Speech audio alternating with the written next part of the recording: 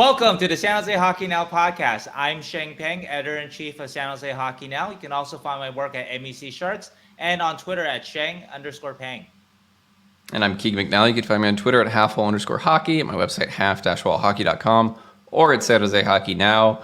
This week, the Good Vibe Sharks are back. We have a very special guest joining us on the podcast, or joining Sheng, I should say. We have a player interview from the Sharks development camp. Sheng sat down with San Jose's recent number 11 overall pick, Sam Dickinson of the London Knights. You should stick around to find out why Dickinson thinks he's the number one defender. Number one from this draft class. The best defenseman from this draft class. But it was a huge week for San Jose. That's the headline. We have our free agent reactions, the opening week of free agency. We talk a little bit about some of the signings, including Grundstrom and Dellandrea. We talk about what the Sharks might still be looking for in free agency. I've heard some stuff. Sheng has some thoughts and some sources. And we also talk about the recent hirings of assistant general manager Ryane Clowe, the coaches Doug Houda and Jeff Ulmer. New assistant coaches. Our Dev Camp Prospect Scrimmage reaction, which is the meat of our episode, I imagine. We're just going to talk about hockey for probably 30, 45 minutes. But I'm most excited that I don't have to talk like this for the whole episode. Yes, anymore. No more. Sheng is not in an airport bathroom anymore. I'm sure it was very exciting. It was an airport lounge. It was an airport bathroom. Mm-hmm. It was the weirdest episode we've done in a bit, so I'm happy that it's back to normal. I'm also don't sound as awfully sick as I did then, so what a strange episode, and also a pain to edit, but that's a different story. Anyway. Yeah, exactly. The Vegas really got to both of us. All right. So the Sharks made a few free agent signings this week. And to be perfectly honest, I was shocked by one of them. I just did not see Tyler Toffoli coming to San Jose. I don't know why. It was just not on my radar. What did you think, Sheng? Same thing. We did sort of a mini free agency preview in our ASMR airport lounge. Keegan's stuffy sickness episode. Yeah. And we didn't even mention Toffoli, and I never put him on my list because I just thought, why would this guy want to come here? And it turns out that he has obviously moved around a lot the last couple of years. I think he's been on like 5 teams the last 2-3 years, right? Something like that. Mm-hmm. And so he was looking for a home. And it turns out that his wife, Kat, her family, her parents are still living in Monterey, so home is really home. And he has won Stanley Cups, obviously, with the Kings in 2014, and so he's not chasing the cup maybe like somebody who has not won a cup, and so it just kind of worked out perfectly. And he's a guy that is really everything that the Sharks need. He can score. From everything I understand, I wrote an article, and I don't always write articles this glowing, but everybody I talked to about Tyler was absolutely glowing about him and about the standard that he'll set, the example that he'll set for the kids on and off the ice, how he is in the room. And obviously he can score.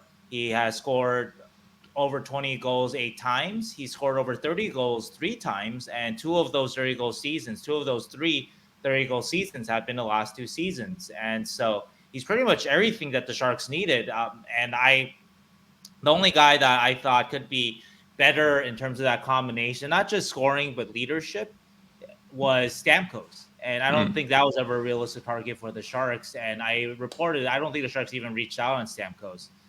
And I'm sure they did some kind of fillers and they're like, okay, this guy's not going to come here, so there's no reason to really make an effort for him. So anyway, it's really as perfect a free agent that the Sharks could have signed. I know there's some drawbacks, right? The contract's a little long, and there's no movement clause for 4 years there. You don't love that for a 32-year-old, but beggars can't be choosers here, right? Like nobody is signing nobody is signing, or he's not signing a shorter contract with San Jose. He can get a better contract elsewhere that is shorter and whatever, right? But if you want to lock down a guy like this, you got to give him, I think, I don't know what you thought. I thought maybe it was like a year more and maybe $1 million AAV more than he would have got elsewhere, and he got to no movement here. But I think that it's a worthy gamble. I guess the last year he's had down to a no trade with like a 15 team or Oh, is it? 15 Oh, team okay. I trade didn't realize list. that. I thought it was a complete no move every year. So Cap Friendly has in the waning Okay. hours of our Cap Friendly usage. Um, So it's 3 years of no movement. yeah, and then the last year Okay. it looks like it's a 15 team trade list. So Okay. get a little bit of flexibility at the end there A to little bit try there. Yeah. if you feel like you can move him. But yeah, I do wonder how effective he's going to be in that last year, given his age and everything. He's not super old, but getting up there. Yeah. But it's You might also still worth be able noting to. with this game, though, that he is not a great skater and he's never been. Mhm. And so he makes it a lot with smarts and being in the right position, right? And he's got a great shot, too. And so those Yeah. are things that might survive a couple years from now. Yeah, it's kind of like the Pavelski model, right? Where you've A little good, bit, yeah. good More of a shot, striker, smart, obviously, but yeah. And you're not a burner, so you're hoping that it's just gonna carry you through from your later years until you drop off like Jumbo, where it's like you can no longer be on the same level. or Of, or even like with Pavelski, right, in yeah, the playoffs recently. yeah. But I did love the signing. I think it was what they needed to inject a little bit of veteran leadership, and not just like veteran fourth line leadership, like veteran top six player leadership, which is Right, something they didn't right. have coming into last year, really, other than like Granlund and all that. So there's and he plays the right way. It's not like we're getting another Hoffman, not like we're getting a Kevin LeBanc. It's like you said, it's a guy that people respected his game. So I liked it. I was not disappointed with that. I just was surprised mostly. Yeah, I just was surprised that he would choose to come here. But like we mentioned, they kind of got lucky, I think, with a number of circumstances. Also, too, that he is represented by Pat Brisson, CAA, who also represents Celebrini. And so I think that there was a little bit of sort of, No. okay, I don't know this for a fact, but it makes sense that there's sort of the idea of, okay, that I can be a mentor and I can be a mentor for the number one pick. I'm not just being asked to be a mentor for a bunch of random younger players, but specifically for Yeah. the number one guy. There's a certain, I think, how do you say it? There's a gravity to that job, right? And so I think that could have been appealing too to Tyler. And yeah, we've been saying for a little while they needed to add a scoring winger, and Right. this was one of the better ones they could get on the market. So Right, but not only is he one of the better scorers, but he's also one of the better room leader type guys too. And I think that's what's really important. I yeah, did an article I think a couple weeks ago about bio candidates, right? And the number one thing on my list wasn't how many goals a guy could score or how good a player he was, but what he could add to the room. And so to find a guy that does both yeah. is, I think, so important for the Sharks team that was missing that last year. And we also mentioned that the Sharks might be. I think we did this not last week, but the couple of weeks ago when we looked at the free agents before the draft at some point, that they might be interested in kind of like a some more center insurance. Oh, with sure. Yeah. Couture. Couture insurance, right? Yeah. Yeah. I think what I wrote a couple weeks ago, or I also wrote another article about sort of positions that the Sharks should be looking at. And they filled a couple of them. One was to find scoring. Second was I think it was find. Oh, no. Actually, you know what? I think one thing we're a little bit wrong on was we said kind of a gritty scoring winger. But those went off the market quick. Dakota Joshua never hit Sure. open market. Yep. I guess they weren't that interested in Stefan Nason. But I didn't know that Tyler Toffoli was available to them. So, Yeah. we did suggest sort of like a Steven Stamkos type where you give Stamkos like 2 years and like $10 million, right? And just come and lead the kids, right? And Toffoli is not quite Stamkos, but it's sort of a version of that where you overpay for a guy, but he's the right guy. And I think Toffoli is the right guy, even if he's not quite as good as Stamkos. He's a little bit younger than Stamkos, so there's a plus there. But so he's definitely the right kind of guy there. And I think the second thing we talked about was, well, a defense, right, which we're going to talk about. Yep. And another thing we talked about was a Couture insurance guy. And the Sharks delivered. So I guess it's worth mentioning the Toffoli contract. I think we already said it was $6 million by 4 years. We also signed 29-year-old Alexander Wennberg to a $5 million by 2-year contract, which is a little rich, but he is a center and he does play Right. PK and he does he has a little bit of scoring offense. So there's scoring upside, I should say. So I think there Yeah, was a yeah. little premium, but It's it was just 2 good. years though, so Hmm. the premium I don't think is in the years, right? It's in the Sure. AAV, which is definitely fine for the Sharks because that's the one thing that I think we've both been suggesting that give Brady Shea a ridiculous amount of money, give Steven Stamkos a ridiculous Yeah. amount of money for a couple of years and see if they come. And they both took longer contracts elsewhere, so I don't think that that would have worked on either of Hmm. them. But I Hmm. think that that's a good approach, though.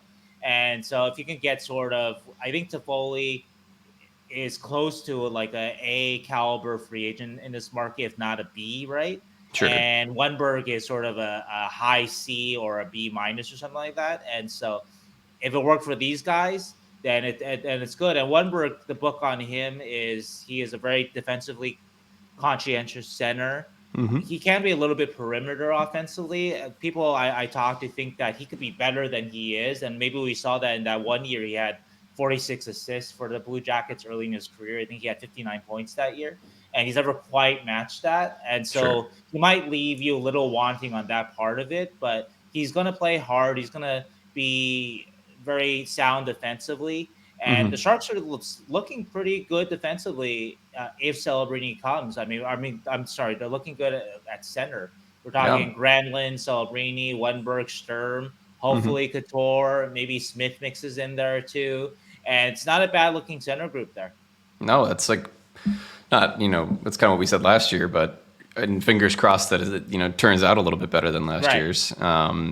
But yeah, that's then they all kind of slot into a like I wouldn't say Granlund's like an amazing 1C, but he's like passable, I guess. And then Celebrini's probably a passable 2C right now, maybe more. Hopefully. Yeah. Hopefully, we'll see. And we're also penciling in wait before he's even signed his ELC. So We'll talk and about it later, then but he's gonna sign it.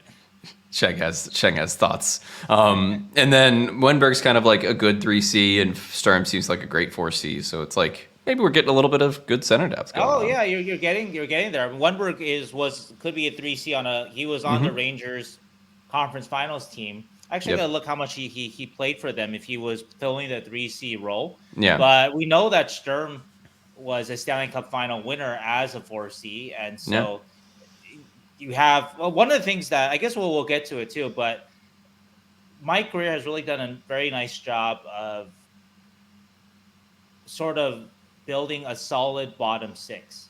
Hmm. And that's what you can do, kind of what the Sharks can do with with where they are competitively with their assets and that sort of thing, right? They're not going to reshape their first line or their top six. That's going to be too hard. You're not going to get Steven Stamkos to come here. You're not going to get a bunch of the very, very best. But that you got one of them in Tyler Toffoli to come here is, I think, a minor miracle into itself. Yep. That's why when you and I were talking, we were saying like, oh, maybe they'll bring in Stefan Nason. That was I was Hmm. shooting for in terms of my like high end guy that I thought the Sharks maybe could learn. I predicted Toivo Teravainen, right? That's right. And I Yeah. actually didn't think he would come, and you didn't think so either, right? And so you got somebody that of that caliber, of that range, I think, Yeah. in different kind of player than Teravainen, but still of that range, right? And maybe even more perfect than Teravainen because Toffoli is kind of a pure goal scorer, which the Yep. Sharks do not have, whereas Teravainen is a bit more of a playmaker, obviously a Sure. better skater than Toffoli. So there are small differences in their game that actually suggest that maybe Toffoli is better in some ways, though Teravainen is younger. So there's a good I think matchup between those two guys if you want to say which one is a better fit for the Sharks or whatnot. But anyway, though, we didn't never even consider Toffoli. And if you look at it again, everything with Toffoli is perfect. That he can add a top six guy like that. And then the bottom six we'll get to in a second. But bottom six is so much better than it's Yes. been. Really, actually, this might be the best bottom six that the Sharks try. I'm looking hard at this, but I'm pretty sure this is going to be the best bottom six that the Sharks tried out since their last playoff team. Because the bottom sixes for the last 5 years have been awful. And that's a big Yeah. reason why the Sharks have missed the playoffs because they Hmm. have some of the high end players still, right? Over the last 5 years, Carlson, Burns, Couture, Hurdle, but their bottom sixes have been mostly anonymous. I remember a couple years ago, right? bottom six or third line that was great in 2017, but the Sharks are still throwing them out there was Nieto, Bonino, and Cogliano. A Yeah. terrific third line in 2015. Really, that would have been a So Stanley Cup perfect. caliber third line, a Stanley Cup winning caliber third line, but not so in 2022. Yeah, it was the stars and scrubs model for a while there. Not that Nieto was a scrub, but you know what I Well, mean. the Stars weren't as good, and then Yeah. and they weren't scrubs, but your bottom six guys weren't as good either. So, So your yep. scrubs were scrubbier than before, and they weren't scrubs at all before because Nick Bonino was at his best, Agreed. ideal third line center. It's perfect. Andrew Cogliano at his best in Anaheim, fast, could pop in 15 goals. A Third dream line winner. third liner. Yep. So I don't want to discredit those guys at all. But by the Of time course. Bob Bugner was using them as a third line, he really had no choice because who else was he going to put out there for a reliable third line? People threw out names like, I don't know who was, Noel Gregor, or who else was around, Joachim Blichfeld. Terrible. No way. And so Bob did work with what he had there. I'm not putting it on Bob, but just those guys had lost a step. Each of them, I think, had lost a little bit of a step. So. Yeah, now we've got bottom six of, Dellandrea, Grundstrom, Goodrow, Wennberg. I don't know who else we got. Nico Sturm. Yeah, Wennberg. By the way, Wennberg did not score a lot in the playoffs. So okay, he only got a goal and an assist in 16 games, but he was averaging 16 minutes a night for the Rangers. So they kept trusting him throughout, and so that sounds like a third line center to me, and that's very good third line center then.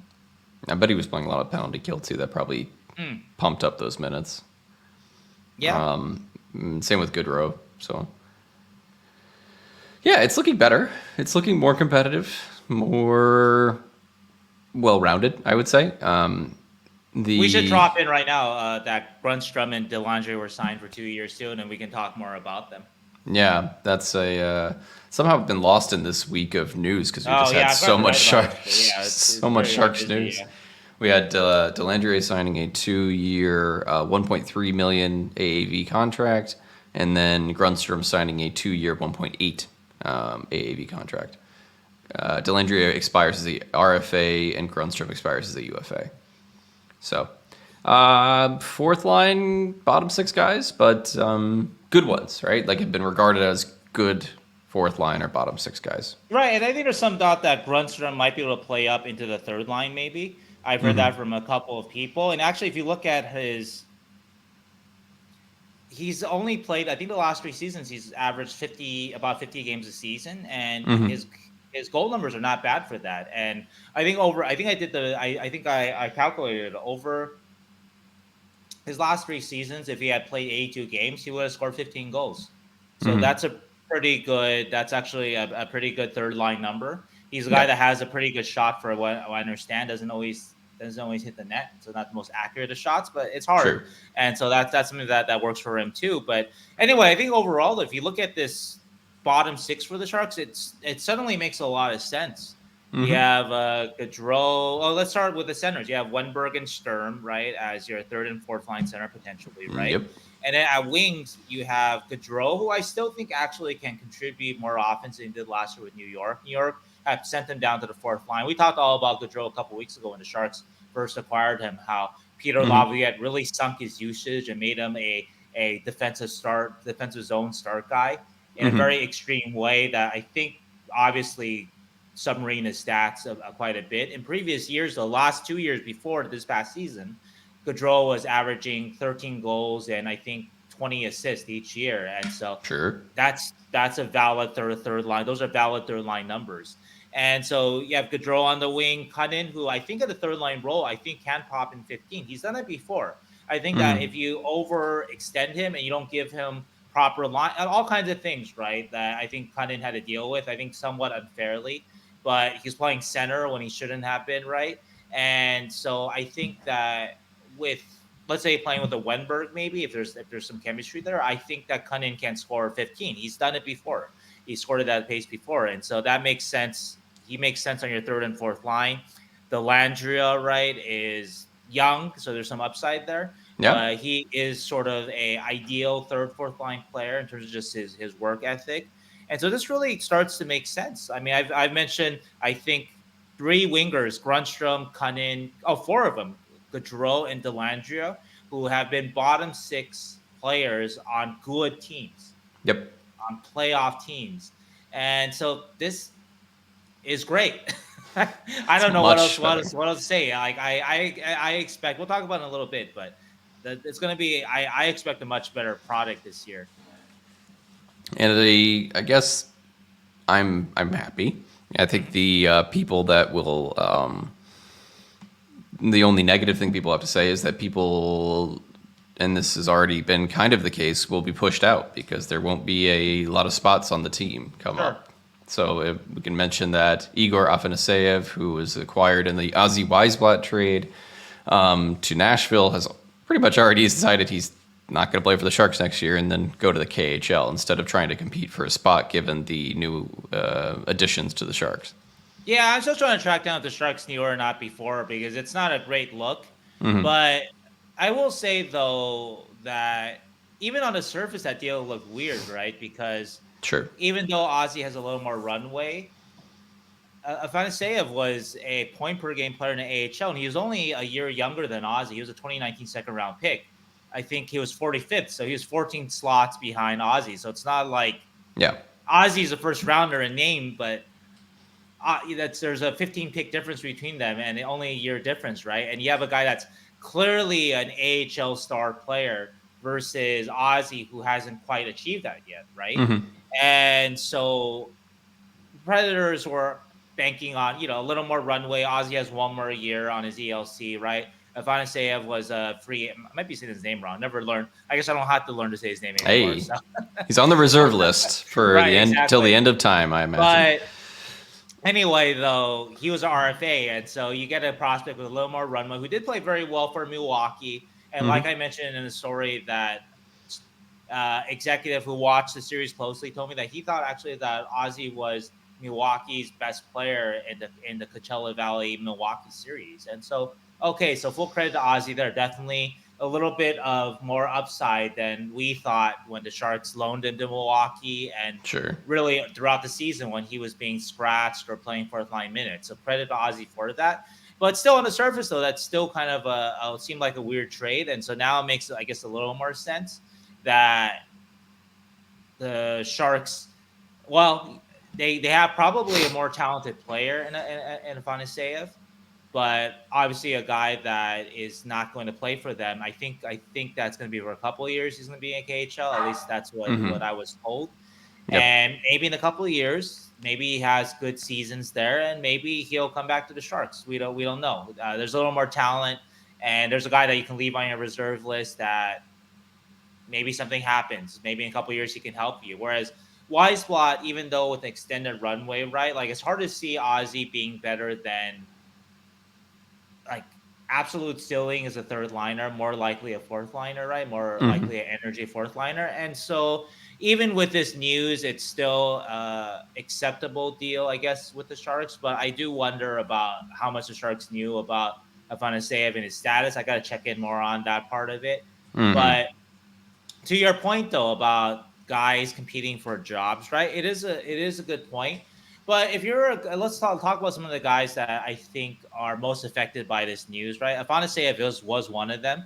For He sure. led Yeah. the Admirals in goals and points last year. He's 23. He's 6'4". He's a power guy. So he sounded like a guy that maybe the Sharks would like that had a chance, right? But anyway, though, other guys affected by this, he's obviously gone, so it doesn't matter. But Costin, Lucian, Borderlow, right? Those are the guys that really. Let's assume that Eklund and Zetterlund and Toffoli are pretty safe. They should be. And so yeah, that's going to be kind of the question there. It's going to be a little tough on Gushin because Gushin is still waiver exempt, so that could be tough. I don't know if he's going to be happy going down, but that's sort of the situation that you want to take. You want to take a top 6 job, well, you better really take it, right? And however good. And I do wonder about this with this is sort of non-related, but like Gushin should have been up for. I didn't say it throughout the year because I was trying to learn more about it, but now I've learned more about it. There's no reason for Hoffman to have been here all season. Gushin should have been in that spot really from before the trade deadline, before they had that four AHL spots thing. So Yep. I can say that now. So I don't think that was handled great by Mike. If not Gushin and Bordelot, who did eventually come up and take one of those 4 AHL call up spots post trade deadline. But yeah, so I think there was a little bit of opportunity missed there for a guy that was very good for a Barracuda last year. Now the Gushin had to get better though, because I will say that as good as Gushin was last year with Barracuda, he wasn't so good that it was blowing doors off in my mind. I don't know about what you thought of it, but he definitely deserved a spot over, say, a Hoffman. I don't question that, so I'm not arguing that anymore. But and LeBanc, I would say, and LeBanc. There's definitely if Quinn wasn't going to play LeBanc, then he may as well have just called up Gushin there. But and that's a little bit on Mike too, right there too. That part of it. So, but now the competition is going to be a little stiffer, and so there seems to be, if everyone stays healthy, and we don't know what's going to happen with Couture, so that's another factor too. Obviously, because Couture, in theory, lines up for a top 6 spot if he's healthy, but you can look at the negative part of it of guys, maybe someone getting pushed out here. Obviously, Bordelot is not waiver exempt coming up. Yep. But so we'll see. I guess let's run the names really fast. I want to refresh my memory. So I guess it could be Costin, Bordelot, Gushin, Graf. Though I'm pretty sure Graf's going to AHL based on what I saw last year. Unless he comes back and's gained 10 pounds of muscle or something like that. Who else? Anybody else out there that you think? I mean, Will Smith's got to make the team. Celebrini's got to make the team. You know. Oh well, Celebrini we were given a center spot, so right. So Smith is in there. So that is a lot of guys, right? So that will be interesting. But this is good in the long run, though. It may lose you a guy like Bordelot or Gushin, but it's good in the long run. Yeah, I think it will be.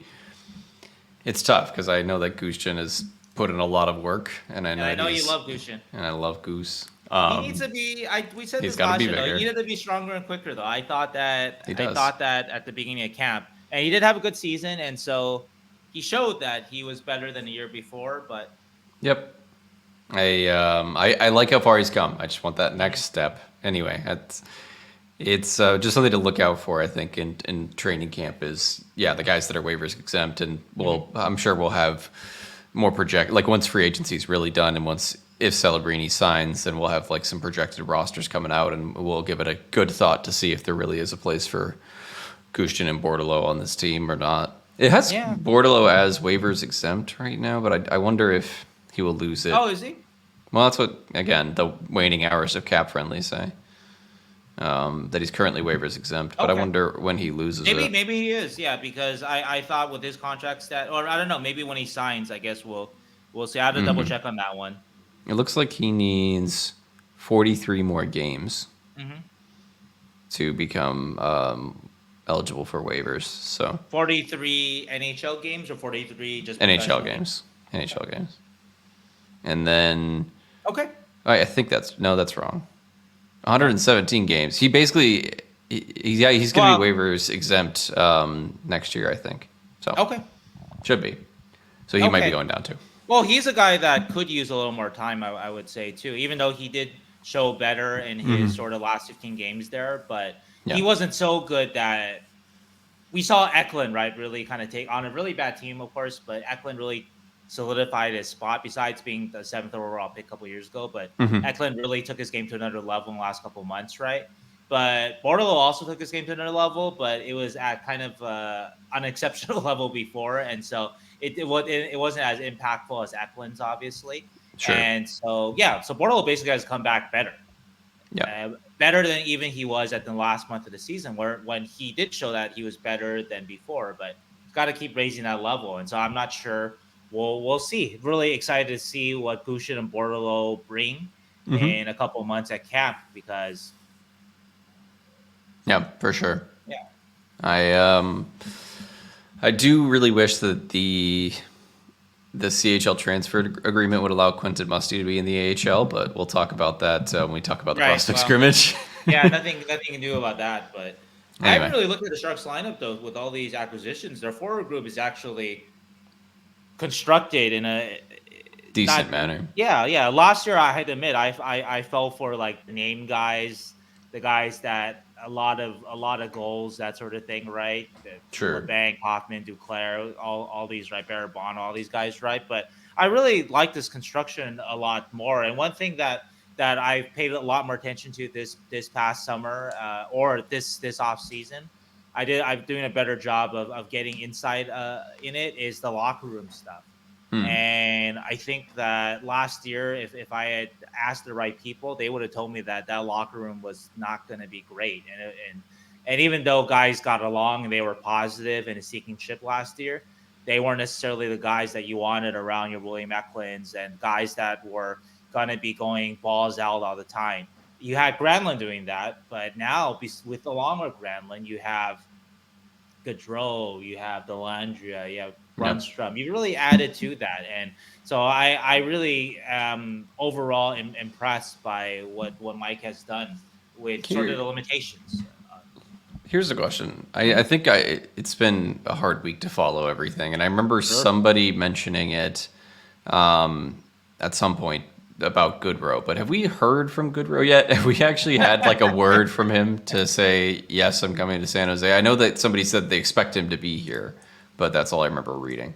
Yeah, no, we haven't heard from Gaudreau yet, but it's the more time passes, it seems that there's more confidence with the Sharks that everything's going to work out. Tyler Toffoli mentioned in his introductory press conference that he had actually spoken with Barclay Goodrow a couple of days before he signed, and I Mm-hmm. don't know why they were hanging out or whatnot, but they were hanging out, and I think Toffoli was kind of picking tampering, but Toffoli was I think the possibility sounds they had already been broached with Toffoli, and so he was picking Gaudreau's sort of Mm-hmm. experience with San Jose and living in San Jose and that sort of thing, right?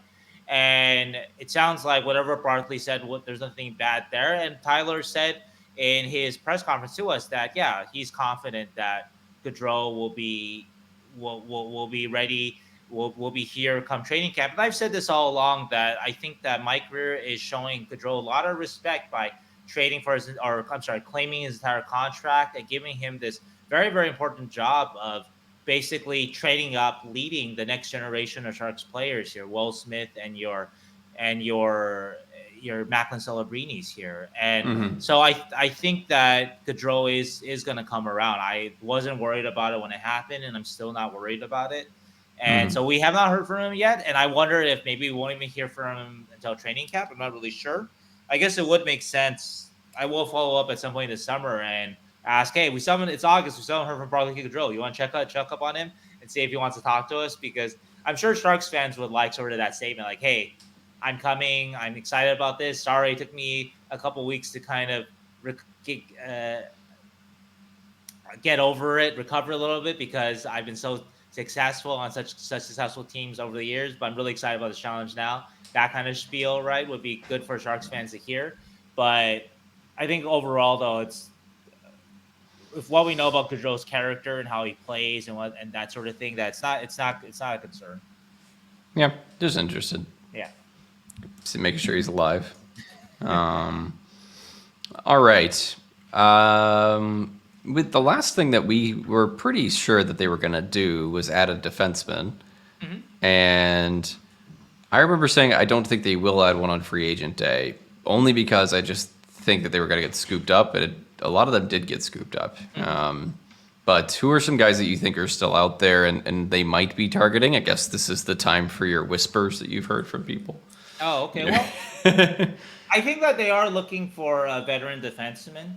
Specifically, that was a specific phrase that was mentioned to me, and so I think this might eliminate guys like Adam Boquist, Sure. sort of these buyout slash not qualified guys, that young guys, high picks, maybe some ceiling upside left.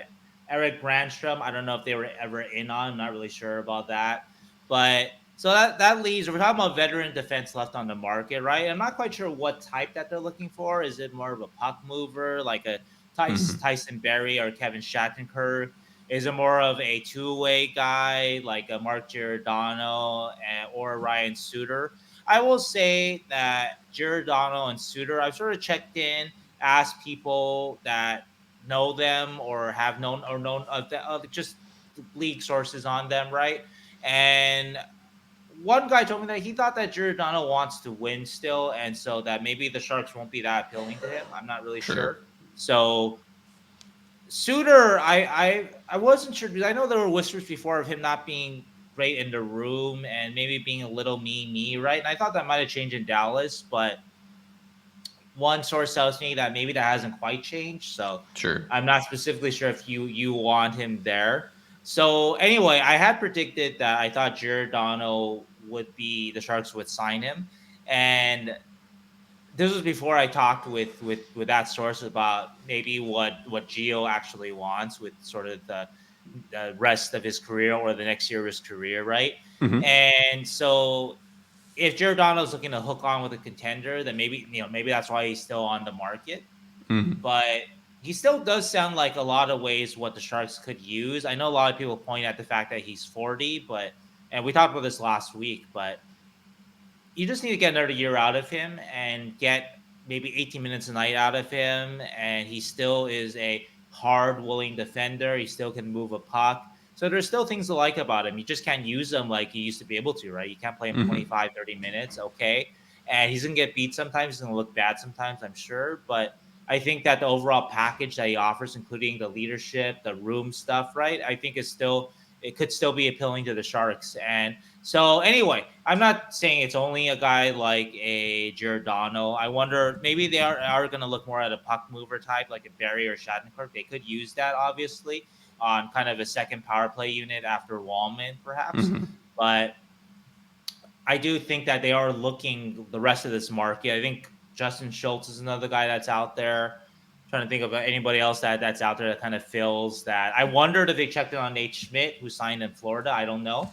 But anyway, Mm-hmm. those are kind of guys that maybe could kind of fit that profile that I was veteran thinking. defenseman, Mm-hmm. good in the room, and maybe you can get middle pairing minutes out of them still. I don't know.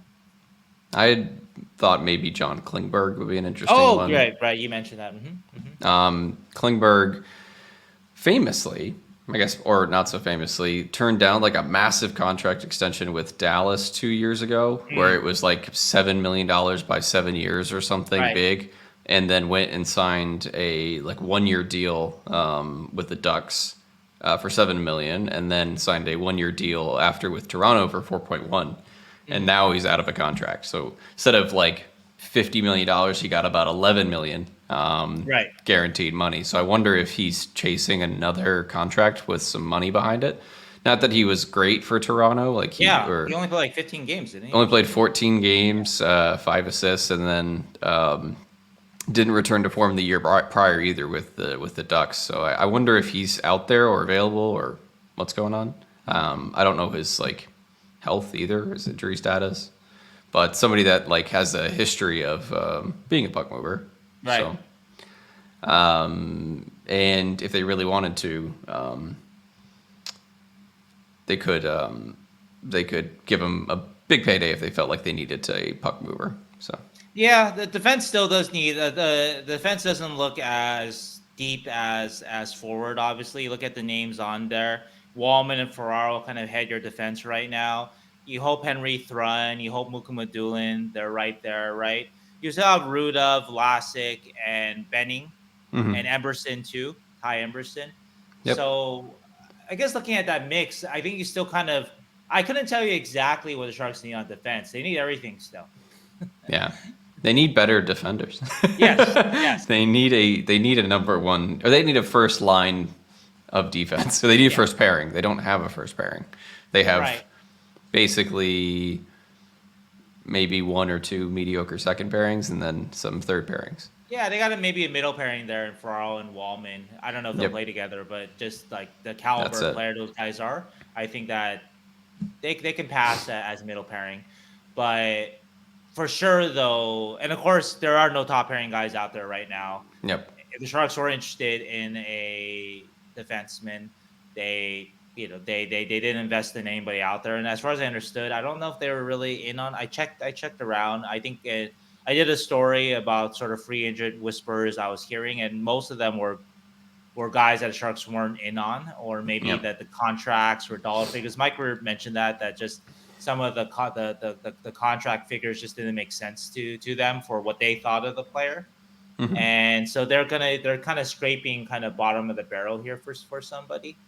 So, but they can still use somebody though, for sure though, unless they have that much confidence in a Mukumadulin or a Thrun stepping up. But that's a tough spot to put a young player. So I think they could use a little more insurance.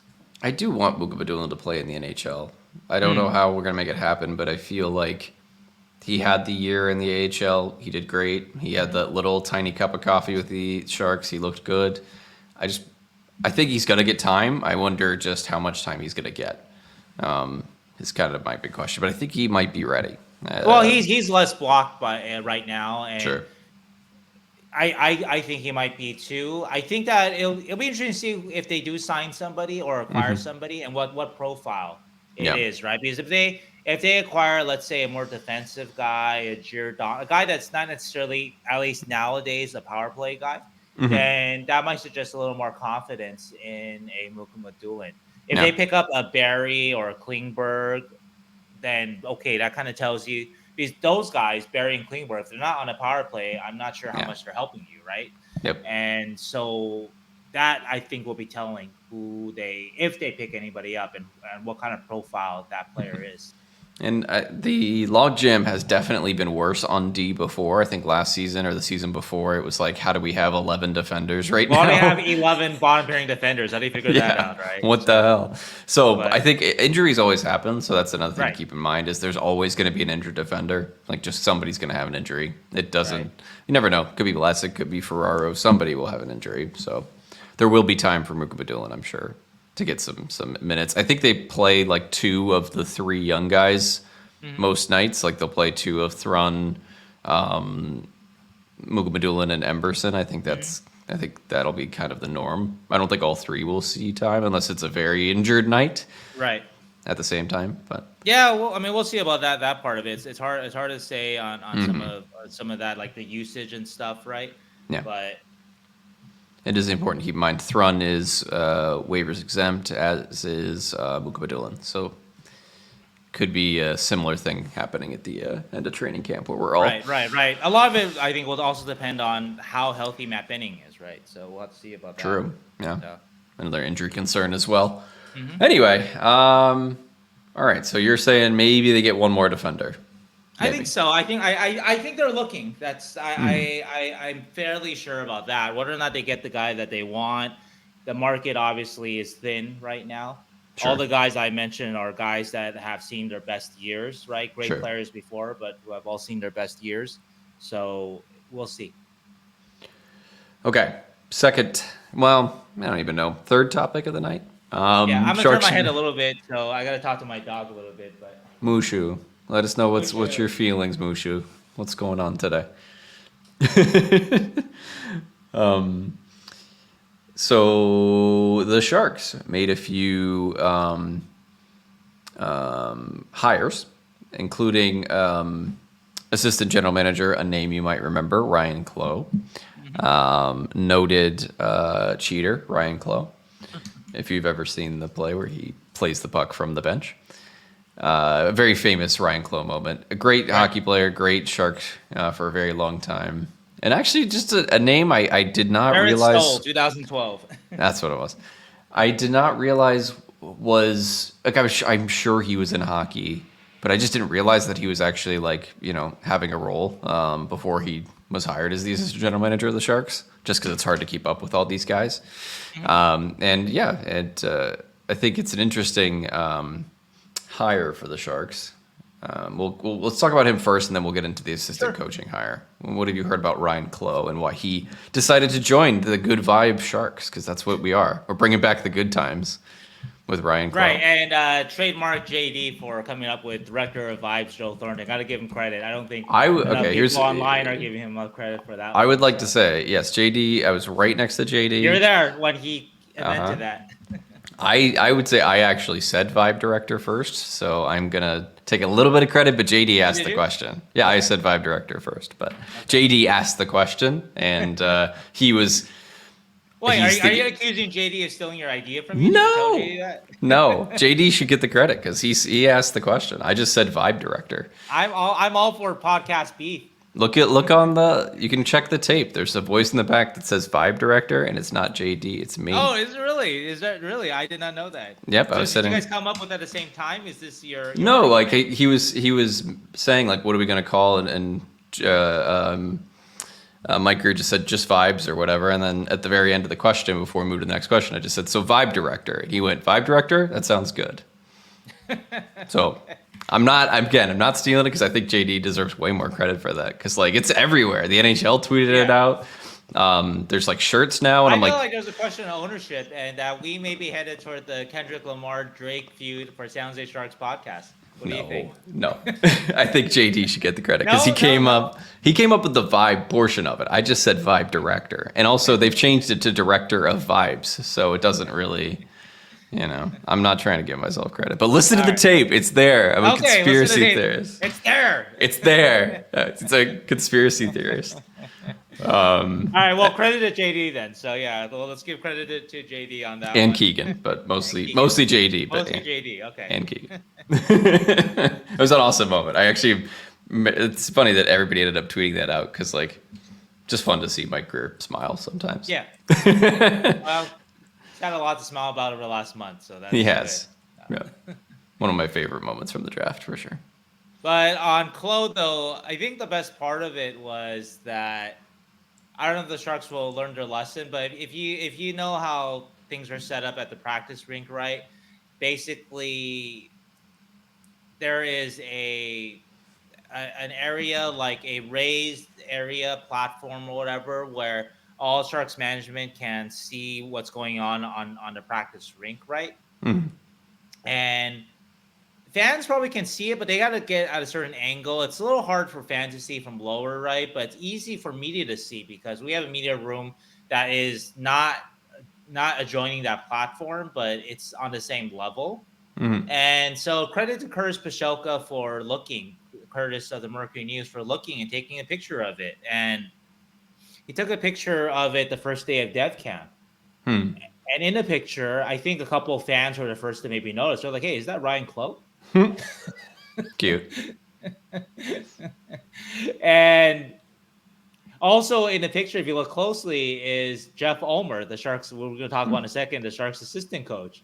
Hey. And also in the picture, very clearly, is Brian Wiseman, who was assistant coach for David Quinn last year, and that Jeff Merrick reported the Sharks were interested in bringing him back, but it wasn't confirmed. We had actually asked about Wiseman a couple of times, I think, since that report by Merrick, and the Sharks wouldn't confirm it publicly. And so those guys are all in the picture. I love it. The Sharks are very sneaky, super sneaky. And anyway, with Ulmer, I'll give credit to Max Mulder Hockey News that Max was the first that he learned that Ulmer had joined the Sharks. Ulmer was previously Abbotsford assistant coach, right? Mm-hmm. And so I started looking at the picture. I'm like, oh yeah, that is Jeff. I'm familiar with Jeff. Jeff is really. We'll talk about Jeff in a second because I guess right now we're kind of focusing on Clowe. Yep. But Jeff has had a very, very interesting career, and so I've read a couple of stories about him. So I was like, oh yeah, he's in the back next to Wiseman right there. That's really funny. Yeah. Anyway, so with this sort of, how do you say it, this setup by Curtis with everybody in the picture, you just had to ID who these guys are, right? I was able to tool around a little bit and tug on a few capes and whatever, right? And I learned that for sure Ryane Clowe wasn't just visiting. Ryane Clowe most recently was a New York Rangers advisor and consultant. And Ulmer, like I mentioned, was Abbotsford Canucks assistant coach. But I was able to learn that indeed that Clowe was rejoining the Sharks organization. He wasn't just visiting up there. And Ulmer and Wiseman were also coming back as assistant coach, or I'm sorry, were going to be Warsofsky's assistant coaches. And so anyway, that just was all interesting. That was a little bit of teamwork makes the dream work there. And I should have known to take a picture of myself the first day walking. I just didn't think to. If you remember last 2 years ago. No, it's 2 years ago where I was able to deduce who the Barracuda's new assistant coaches were because I looked on the ice and I saw Louis Mass and Kyle Hagel, and I kind of recognized Kyle because I had covered him before when he was with the Checkers, but Louis Mass I didn't really know, and so anyway, I was able to send a picture out though to people, and they're like, "Oh yeah, that's Louis Mass and that's Kyle Hagel." I love it. So that's Sharks not being very subtle there. I don't know. I guess they didn't care to be that much because they were giving us clues. Actually, that reminds me. A couple years ago, I figured out one of their scout hires or somebody just by looking at their front office directory ahead of everybody. I love it. I love the Sharks. Anyway, though, so I thought it was really, really funny. So anyway, about Clowe, I think Clowe does bring an element to. He's going to be AGM, right? I know some people thought he was going to be assistant coach, but I had a sense that it was going to be a higher role than that. So it's not surprising that it's AGM. They have 3 AGMs, which sounds like a lot, but I don't think it's that abnormal. I haven't looked at other teams' front office directories. Maybe they don't give away as much as the Sharks do, but I think on the other directories, I think there's going to be some teams that have a trio of AGMs. What I like about this, though, that there's sort of I can see a role for everybody on here. Now, we know Joe Will is the Barracuda guy. And I want to give Joe a little bit of credit here, too. Actually, this is going to not relate it, but when we talk about free agent signings, right, we didn't talk about the Barracuda signings. I have a story coming out on it, but the Barracuda or the Sharks signed Lucas Carlson and Jimmy Schultz on defense and Andrew Podorowski, I believe that's how you say his name, for forward. And these are 3 of the best AHL players, 3 of the better ones that they could have signed out there. Lucas Carlson, I think, has scored 35 goals in AHL the last 2 years or something like that, on the defense. And Jimmy Schultz was a 20-minute plus guy for the Coachella Valley Firebirds.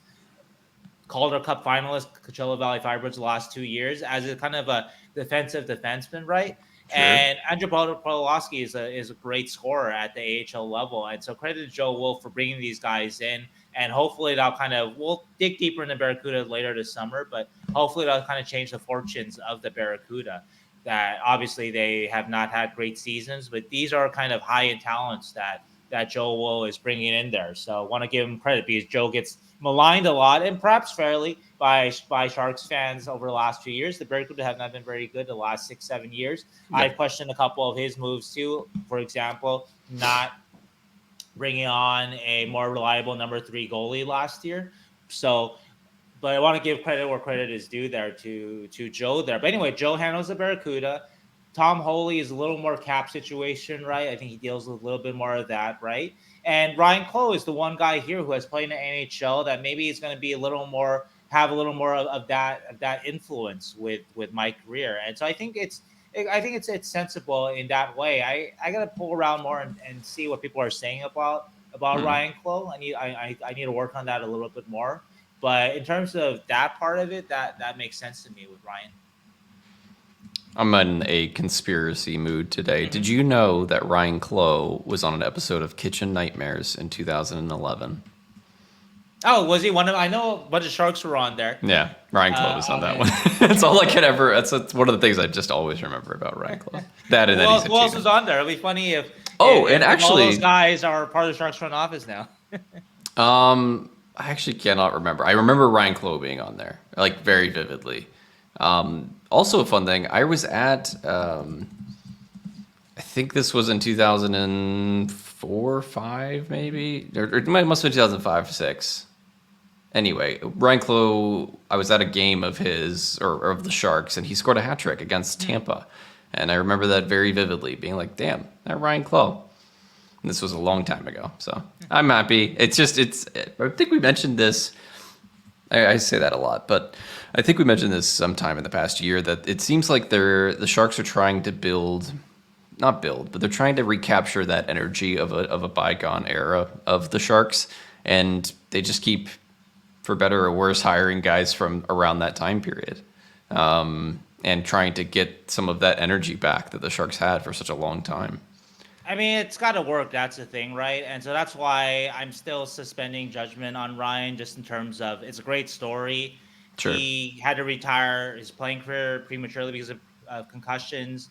2018-19, he was the head coach of, I think, the Newfoundland Growlers, and he had to quit in the middle of the season because of the after effects of concussions that he still was dealing with. So it's outstanding to see him come back with the Rangers 3 years ago. I actually ran into Ryan this past season at, I think, a game in Florida. Just said hello to him, and he was doing great back then. So it's great that he's back here. It's an outstanding story. But in terms of, is he what Mike Grier with the Sharks need? Hopefully. I have looked at sort of, I've wondered with other people that in terms of that Mike doesn't have, I think, a lot of like senior leadership in his ear. I think Todd Marchand is one guy that's right there. And so I think that even though Ryan isn't very, very senior, he is obviously a great playing career, and he has been kind of around with the Rangers the last few years too. And so that could be another kind of voice to kind of steer. I haven't written about it because everything was so tight and busy in terms of the free agency and the draft are all close together, right? But I've said it a lot on the podcast. I really did not like in the end what Mike did last offseason. In terms of the pro player decisions, right? And just to rattle them off really quickly, right? Going back to 2 years ago, the Mikey Asian trade, and then going further beyond that, keeping Mike Hoffman around all year, even keeping Kevin Lindbankford around all year. Giving Nikolai Knizhov, great kid, but 2-year one-way contract, that was not justified. Giovanni Smith, I don't think has been very, very good, to be honest. And so these are some of the a lot of questionable pro decisions recently. And so hopefully Ryane Clowe can help stem that. That's sort of what I guess the hope. So we'll see. And anyway, the decisions that the Sharks have made, we give Mike his credit too. This offseason I've liked. So it's different than last offseason. Different kind of player, obviously. But anyway. It's also a little bit. It's time to talk about Doug Houda and Jeff Ulmer as well. I'm not as familiar with these coaches, but apparently Doug Houda has been an assistant coach in the NHL since 2006. So I'm just an idiot. I also don't. I think in general you're more into the coaching side of things than I am, so you follow these guys a lot more. But the Sharks have had a lot of different assistant coaches. I've had to chase a lot of different stories with a lot of different guys and make a lot of different texts, a lot of different phone calls, and hey, a lot more connections. yeah. So interesting that they brought in kind of that. He's a veteran assistant coach, right? The guy's been coaching in the NHL since, how old was Ryan Warsofsky in 2006, right? Warsofsky was a teenager, so yeah. Yeah, basically. So a veteran coach, and then Ulmer, who seems to be more of the... Ulmer, sorry, not Ulmer. Not young, but he's 47, more of a newer coach because he's only had 3 years of assistant coaching with the Abbotsford Canucks before this. So in the AHL. Very interesting profiles. Houda has coached defense and penalty kill for a long time. I think he was the Bruins from 2006 to 16, won a Stanley Cup in 2011. He then went to the Red Wings to 2016 to 22, and he's been with the Islanders last 2 seasons for the last 18 years. Now with the Sharks, uninterrupted stretch of time as an assistant coach. So that's impressive in itself. I'm not sure if he's ever looked to be a head coach or whatnot. That's not on his resume so much, but maybe he's been interviewed and stuff, right? But anyway, sounds like a very excellent hire, very experienced hire, and that the Sharks did not have, right, with Warsofsky. Even Wiseman's been around a little bit, but obviously Houda, though, almost 20 years of assistant coach experience. And Houda lived it too. Houda, as a player, I have his rookie card. Houda, he was a shot blocker, defenseman type, right? And I would say a sort of type of player. That's who he was. And so it makes sense that he's doing defense and penalty kill for the Sharks. And Ulmer, I alluded to it. Ulmer has played professionally in 12 different countries. I listed it in my story, but countries like Slovenia, Wales, Scotland, besides your normal ones like Finland, Sweden, and I think Germany. Russia too. Anyway, Germany, right? So he's been all over the place. So I think 19 years he's played in 12 different countries, or he played for teams in 12 different countries. And so that's a really interesting profile. And also too, that he was a skills coach for the Coyotes before he hooked on with the Abbotsford Canucks. And so I think that's sort of interesting emphasis too. I guess like if you want to look at sort of the differences with this and the last coaching staff, right? At least on the assistant coach level, you're getting a bit more of a veteran in terms of defense and penalty kill, in terms of Houda as opposed to Ryan Warsofsky before. But then Sure. you're flipping it by going young. If you want to compare Scott, obviously Brian Wiseman stays the same. Scott Gordon was a very, very experienced guy, head coach in the NHL before too, and head coach in the AHL. Whereas you have Ulmer here, who I think is maybe a little more skill, a little more development kind of guy, and that might fit in more with some of the young Sharks players. So I think that's sort of an interesting thing to look into a bit more.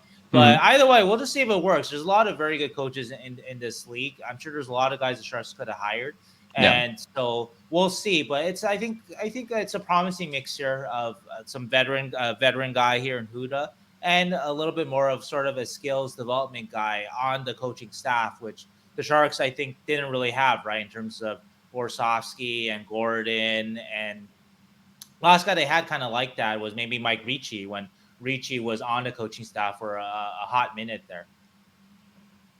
Yeah, I like it. I think it's a good mix. It's always good to have different voices in the room like that experienced guy, and then Ulmer, who's just been everywhere. I'm sure he has so much interesting hockey like tidbits from playing in playing hockey in 13 countries on different size rinks, and just it's an interesting thing, and it seems more skill focused. So I like that.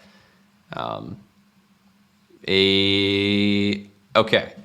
We're an hour in already. We have not gone to the prospect scrimmage, Sheng.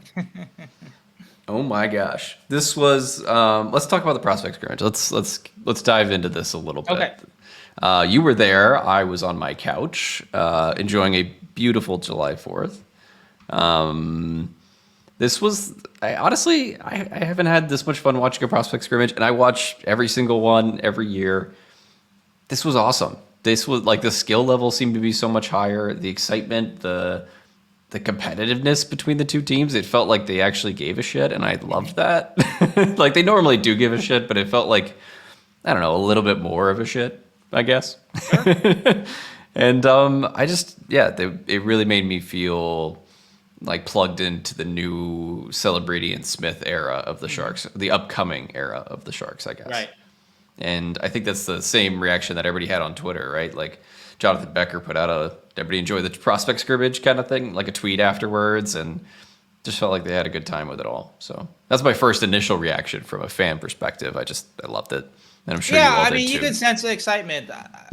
I've said many times, I'm not a fan, so I don't see it from that perspective, but you could sense the excitement and with the fans for this new era. Excitement in terms of just even the guys playing, right? I think you could see it, right? And we'll talk about sort of the direct correlation that maybe Celebrini has with some of these things when we talk about Macklin in a little bit here. But I also absolutely loved that Celebrini got like the biggest no call on the trip on the empty net. I love it. On Cardwell? The Cardwell trip. It was like that is Celebrini got all the calls. I want to make for sure ask Ethan about it whenever we go to Ethan the next time, maybe rookie face-off or something. I saw Ethan walking out of the I think it was right after the game. He had the trophy in hand walking down the hallway, Ethan did, and I was like he was so excited to actually have won it after getting that. He got tripped on that empty net, and it was pretty bad. But the refs were like, man, play on. I loved it. It was just like they wanted that last goal. Like the refs were like, come on, go to the other end of the ice and score. It was great. It's fun hockey in the summer. 4-on-4, 3-on-3, super exciting, end to end. It was great. Like just watching it, and I'm sure being there was just as fun. Like probably funner. It was a great atmosphere. It was definitely the most fans I've seen at development camp for sure. I think that if I'm not mistaken, last year the tickets were free for the scrimmage, and so this year I gotta look. I'm not sure about that actually, but I gotta look into that. Actually, I may as well do that right now. But definitely, It was good. It was good crowd, and tickets were more expensive if I'm not mistaken for this year. So at least there was that. I know there was some complaining about that. And I also enjoyed that this year they because almost every year the prospect scrimmage happens, it felt like it was a like a last minute, are they going to stream it or not kind of thing. And then this year they were like, nope, it's going to be on YouTube. It's going to be on NBC. It's going to be out there. They announced it pretty early. So that made me happy. Because some years it was like, can I watch this online or not? Right. Definitely that excitement. They marketed it a little bit more. Yeah.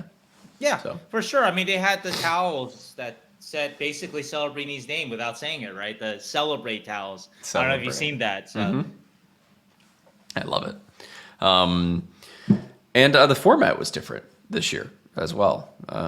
Went from, what was it, like a half, 12-minute period, not even period. Oh, yeah. So I'm looking at it. So last year, the tickets were free. This year, the tickets, I think, were up to $40, $40, I think. And it was as full this year for tickets that cost money than they were for free tickets last year. So that gives you an idea of sort of the excitement. People were willing to spend the money this year that maybe the Sharks weren't so confident that they would have spent the money last year. So yeah, we're paying those bills, aren't we, Sharks? Got to get butts in seats. So let's go. Let's start with. I don't know what our nickname for Macklin Celebrini is going to be. Like, we've got our Lord and Savior William Macklin, our Swedish Prince William Macklin. We have the Fresh Prince and Will Smith. I don't know what. I don't think Will likes the Fresh Prince name though, so I think that might fall out of favor soon. Yeah, I just wanted to say Prince again. So I don't know what to call Celebrini though. We'll have to come up with something that makes him the savior of the franchise somehow. Well, let's see him do it first. But I mean, typically, I think people just call him Mac though. So, but anyway, Mac. prospect scrimmage. Yeah, I think they were $40, up to $40 here. Dang. I'm just looking at it. So, I'm not saying everything was $40 in there, but all to see number 71. I would say 25 to 40. Yep. I don't think he had a lot of shifts in that first quarter. Okay. We're talking about the guys. Okay, yeah. So, guys, we're going to talk about some of the guys that stood out to us. We'll start with Macklin first. So, Keegan, go ahead. Yeah, I think in the beginning I only saw like 2 shifts or something in the first quarter, and he didn't really do a whole lot. And then he started to turn it on. Like towards the end of the game, you could really tell that he's extremely good in transition, carrying the puck over the line. He battles like a kid that is bigger than he is, and he reads the play exceptionally well. He reads when the puck is going to bounce and where it's going to go. If he shoots it, hits off a leg, he's predicting where the bounce is going to go, and he's just on it before the guy gets to it. Like before the defender can turn around, he's there. He leverages his body super well, so he gets under players at his size, so he's trying to like bowl them over. He's getting inside of them and under them to really take position all the time. And he's got such a motor that was fun to watch. Even this, it's a scrimmage, but he was treating it like it was, his NHL debut kind of thing. He was like really going after every single puck. And you could tell that when Smith was starting to get more and more highlights on the other team, that Celebrini was like, I want to go to the other end and score right the fuck now. It was exciting to watch, like just him coming to his own, and then the last the last surge to try and tie up the game and everything. It was like, get the puck to Celebrini, he's going to try and make a play. That's what it felt like, and he did. So he did. I loved it. My overall impression is just that he raised the level on everything. Mm-hmm. We talked about sort of the excitement in the arena among the fans, right? So he certainly raised the level there. Even Todd Marchand talked extensively about how off the ice, Macklin wants to be first in everything. He wants to be first in line on a drill. He is the guy working out after development camp. After a lot of people are headed off, he's the one getting an extra exercise in. And so first in everything. And if your best player is staying in the gym and he's first in the gym, right? Like that gets everybody else to do it, right? Mm-hmm. And if talk about on the ice, right? If your best player is working so hard defensively, also pursuing pucks as hard as he did, right? Like you mentioned, and also John McCarthy mentioned. John McCarthy said he shoots it and he goes to get it again.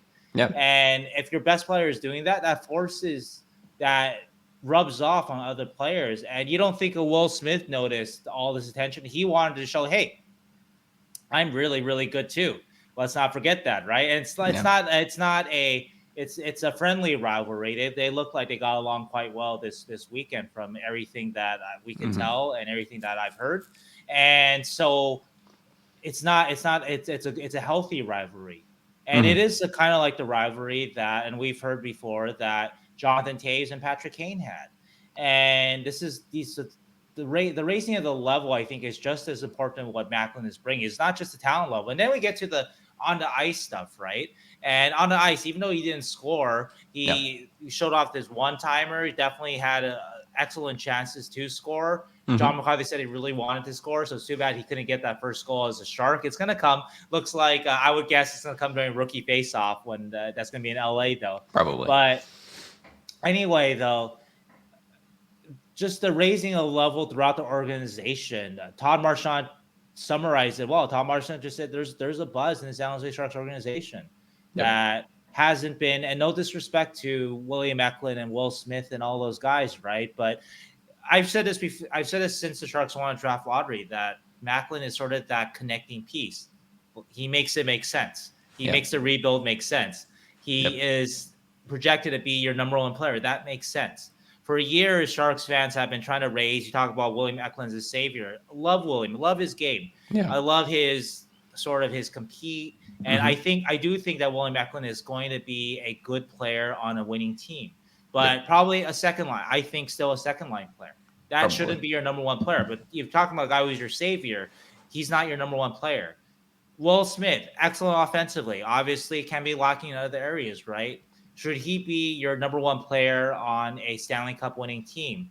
I mean, he could still be that. I don't want to close the book on him, but I don't think when people think about Will Smith that they necessarily think that he should be your very best franchise player. Sure. Macklin, on the other hand, all the intangibles that I mentioned and how he raises levels everywhere, also on the ice, he should be. And so everything just makes sense with the Sharks rebuild now. It makes me happy. It's a really hard season to get there, but we're here. The stars aligned so much, and it made that entire season worth it. But you're right. Like for years, you've been trying to find the savior of the Sharks, and I agree. And what happens, right? You miscast players because you don't have any hope. When William Eklund was the 7th overall pick of his draft, the 2021 draft, literally, who was the other best prospect? It's probably Thomas Bordeleau, right? It might have been people were still maybe hanging on hope to Ryan Merkley back then, right? Yeah, right. And so you raise up guys because you don't have the hope. You don't have anybody else to hope on. And you kind of stepped it up or upgraded with Will Smith, right? But Will Smith I don't know. He's kind of miscast as your number one player, I think, or he's just kind of not a complete player as of yet. Yeah. Right. And I don't know if the offense is so transcendent like a Nikita Kucherov or something that you can argue that, he's kind of way offensive leaning, but he's so good at that thing that even Patrick Kane, as incredible as he was, right? So I'm not trying to discredit Will at all and his potential, but Patrick Kane, as incredible as he was, would not have won all that hardware, would not have won all the Stanley Cups if he didn't have a number one guy like Jonathan Toews next to him. Yep. So, so I get why. I mean, look, I remember back when I was writing stories about Ryan Merkley because the Sharks literally had no other prospect with any of that kind of ceiling. He was the Sharks' number one prospect for a long, long time, right? Even though there were so many red flags with him, but they had nobody else, and the fans latched onto him because there was literally nobody else, right, to latch onto, kind of, right? Yep. But now there is a guy that hopefully it comes across on the ice. That's obviously sort of the, off the ice seems like a great kid in terms of off the ice and his workout. That kind of the leadership part seems excellent in that area too, right? And so that but the most important part is on the ice. Can he produce at that kind of level that is expected of him? Well, we'll see. Give him a couple of years, of course. I don't think he's going to step in this year and pop in 90 points or whatever, right? But give him some time. But if you can do that, then, and obviously stay healthy, cross your fingers there, then all this makes sense. Yeah. Now, does he sign an ELC before the end of the summer? Yes. I get asked this a lot, and my answer hasn't changed. And yeah, I'll say without giving away too much. I've checked in after Dev Camp too. Like, and I don't think anything has changed. Yep. Yeah, he's coming. So Hear that, Macklin? No, I think he probably is getting a little annoyed with everybody asking him constantly if he's going to sign. I would be too. But it's a fair question, right? It's a relevant question. So, you know how you can stop people asking? Just do it. or commit the other way. Just do what I have believed that he was going to do from day one from the draft lottery. Yep. What does the college game hold for him? Nothing. I really don't. I don't. He's from see Canada. He doesn't care about the NCAA championship. So Yeah. I don't think he does. At least I don't think BU is going to be a better team anyway next year. that too, right? Right. You mentioned that too, right? Yeah. So, yeah, I don't see the point. I really think he needs to step up in competition to really unlock what he's going to be. And he's more ready than Will Smith. Yeah, What would the point be? Will, I would understand going back, and I've mentioned this before. Yeah. Will loves Boston College. His dad went to Boston College. His favorite player, Brian Leach. Will never saw because Will was too young to see Brian Leach, but Brian Leach was his dad's favorite player. Yeah. So I think it hurt Will Smith to leave BC without the national championship. Sure. I don't think it hurt. I don't know Macklin personally. I never asked him personally. And of course, you can say you want to win competition, et cetera, et cetera. You always want to win, et cetera, et cetera. But I've never heard. I just don't hear of any ties with Macklin and the college game. He went to NCAA because he just thought that was the best development path for him. Yeah. Older players and all that, right? Instead of juniors, Canadian juniors, and that's there's this. Unless the Sharks were some kind of disaster show like they were last year, right? And maybe I don't need to be there for that. And again, I've said this before on the podcast. Credit to Willie Macklin for having the fortitude, and Henry Thrun too, to stick through last year, because last year was a disaster on so many levels. But the Sharks really have done. I think this was part of it too. Wouldn't surprise me that the Sharks had to show even Will Smith. And so actually Will Smith alluded to it. I think he said, I knew the Sharks were going to do some things before, like in terms of free agency and stuff. Like, even though Will may not have known the specific moves the Sharks were going to make, I'm sure he got promises too that, look, we're going to turn this around. It's not going to be acceptable what happened last year. And the Sharks have shown that with the players they've acquired, Tyler Toffoli being the crown jewel of them, but also the type of players too. The kind of players that don't give up when they're down 4-2 or 3-2 or whatever, right? Which Sharks had too much of last year when they were down. And so, anyway, so Sharks I think have done their bit in terms of improving the team, not necessarily to make the playoffs next year, but to at least be competitive and to insulate the younger, to insulate Celebrini and Smith more. And also to change the whole coaching staff and give it a new outlook as well. So. Yeah, even though I don't necessarily agree with firing Quinn, like you said, it sort of was the. I don't know if easy is the right word, right? That's not. I don't think that's what you said, Keegan. But after just a season like that, it just. Yeah, it made sense, I guess. It just sort of makes you just want a fresh start with somebody. Yeah, you kind of just go, no more, we're done. Yeah.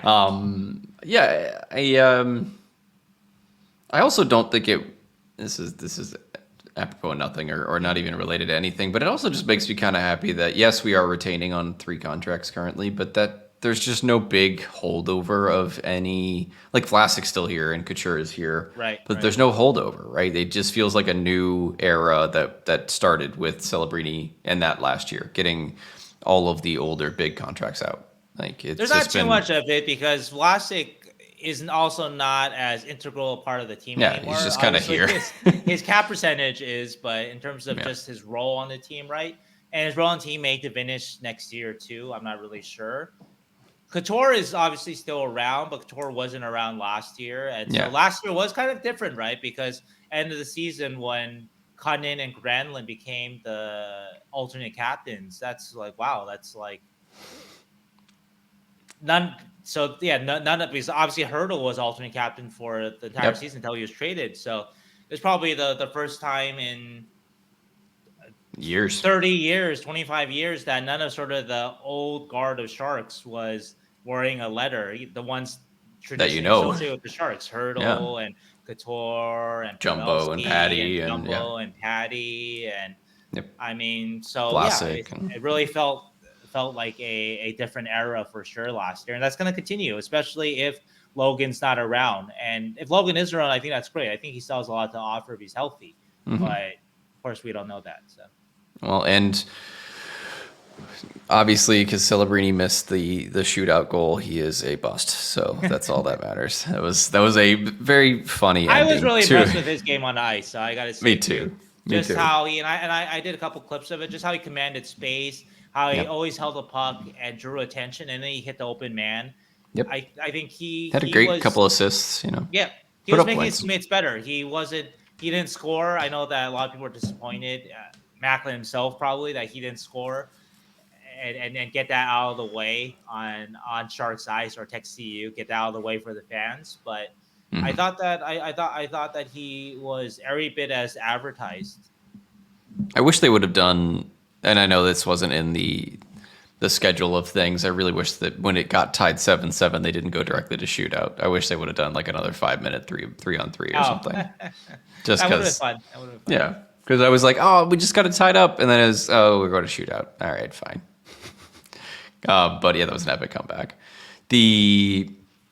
I think the best player on the ice, even though Celebrini did look amazing, I think was Will Smith. I think he from the moment he honestly, they scored in 20 seconds. So from the moment the puck dropped, his line was amazing. Like he was puck dominant. He took the puck and it looked like he was playing junior hockey again. Like he was playing in the USN TDP again, where and I think that's a little bit of that Celebrini, right? A little bit of that is the competitiveness between Smith and Celebrini, and like you mentioned, and he just looked great. He I don't know how many points he ended up with, but him and Musty together they look like they've been playing together for a long time, and it's that kind of Musty's a good line mate for him, and we'll talk about Musty in a second, but Smith needs that caliber of line mate to really succeed, I think, and it showed. Super creative, great handle on the puck, and yeah, I loved it. I think he was the best player on the ice. Yeah, I agree. I think Celebrini was probably the second best player on the ice, but definitely give it to Smith as the best player on the ice. Actually, though, this is kind of funny story though in terms of maybe Smith being overlooked a little bit. So if you look at, I posted a clip of the very first goal, like you said, 20 seconds into the game. Yep. If you look at my focus of the camera, I'm actually looking at Celebrini along the wall because I'm trying to capture his first Celebrini shift. Oh no! Literally. Yeah. As the camera is focused, Celebrini's in the middle. Celebrini's at the wall. In the background of the action, Smith is hitting Musty for a goal. Yep, Smith is getting the puck from the goaltender, stealing it off the wall, and getting it to the middle. Amazing. Not even focused on him. Yep. I wasn't focused. I was watching Celebrini there. So. I love it. But anyway, yes, I agree. I tweeted this out that it felt in a good way that Will was like just in his own backyard and just no one could touch him. It felt like for most of the game, and him and Musty, terrific combination, at least at this level, right? Yeah. Musty was sort of that power straight line game. We'll talk more about Musty in a little bit, and that's a great, and with a lot of skill, which is a good compliment to Will and his creativity. And anyway, yeah. I also, another thing that we noticed too was that Will definitely looked bigger, which he'll need to be, and he'll need to keep working on that over the next couple of months. I think he said that maybe 8 to 10 pounds from last development camp. He definitely looked, because he looked like a kind of that level that William Macklin, when he came back that one summer, he looked like a different person. Still slight, still a smaller player. Will's always going to be a smaller player, just like William Macklin, right? But demonstrate, like obviously bigger and stronger, right? And so Will Smith will need to really step that up over the next couple of months for the NHL, because I think there are a lot of concerns and sort of his physical maturity, how ready he is for it, right? We can see Macklin, right? Even though Macklin didn't put up the points like Will did, you alluded to how Macklin gets under stronger players and that sort Yep. of thing, right? Even yes, this is a lower level, stronger player, but AHL Bigger caliber guys. guys here, bigger Yeah. guys here, right? And he can that people believe that will translate to the NHL immediately. Mhm. With Will, we don't know that yet, and so that's going to be a work in progress quite a bit. And so he'll need to get stronger and bigger, and he'll get to get used to that strength too, and not lose that quickness and elusiveness that he showed yesterday. But of course, we don't know how that'll translate. And so Mhm. I think that's going to be a big question with him, how Yep. much he'll be able to do that over the next couple of months. But he knows that that's sort of the directive for him, and so it's clear that he listened this past year. And so I'm very interested in that. And I think ultimately, I know that a lot of people still think that it was the best decision for him to leave, or I'm sorry, that a better decision would have been for him to stay. But I think ultimately, I think it's going to be a good decision that he left. I think he needed more of a challenge than Yep. maybe like the dozen games every year that he plays against the top competition like BEU or whatever, right? That would raise his level. But there's Mhm. 30 games, other games of that he's just playing against inferior competition, and he can get away with so much in the college game defensively that he cannot do. He's gonna get burned in NHL. I think that he will still, despite his performance yesterday and outshining Macklin, that he's gonna have a tougher time in the NHL at first than Celebrini. But Probably. I think though, I think this is the right thing for him to challenge himself and to really learn that he can't do this, he can't do that at the NHL level that maybe he could have done at the NCAA level. So I think this is going to be a good thing. And yeah, like you said, very impressed with what I saw yesterday. Yeah, it was good to see him shining with a line mate that wasn't Gabe Perreault and Ryan Leonard too. Like just to see something Good a point. little bit different, you know? Right. Like there's some comparables of what Musty does to what Gabe Perreault can do. But yeah, it was just a different look, and it's fun to see because a lot of all of the talk about Will Smith was like, oh, is he a product of Leonard and Perreault, or is he the really the third wheel on that line, et cetera, et cetera. We had a whole episode with Cam about that, Cam Robinson. Right. So I think it's a bunch of hooey. I think he's a great player. Hooey. It's a bunch of hooey, and he's going to be good he's going to have good line mates, right? He's going to play high in the lineup in the NHL at some point in his career. So just got to give him somebody skilled like Quentin Musty, who is our next person to talk about. Oh, I did want to add one note about Go ahead. Celebrini and Smith, that Marchand insisted that he thought that both end up as centermen. So I think that's interesting because this coming year, maybe Smith will play some wing. He might have to, Yep.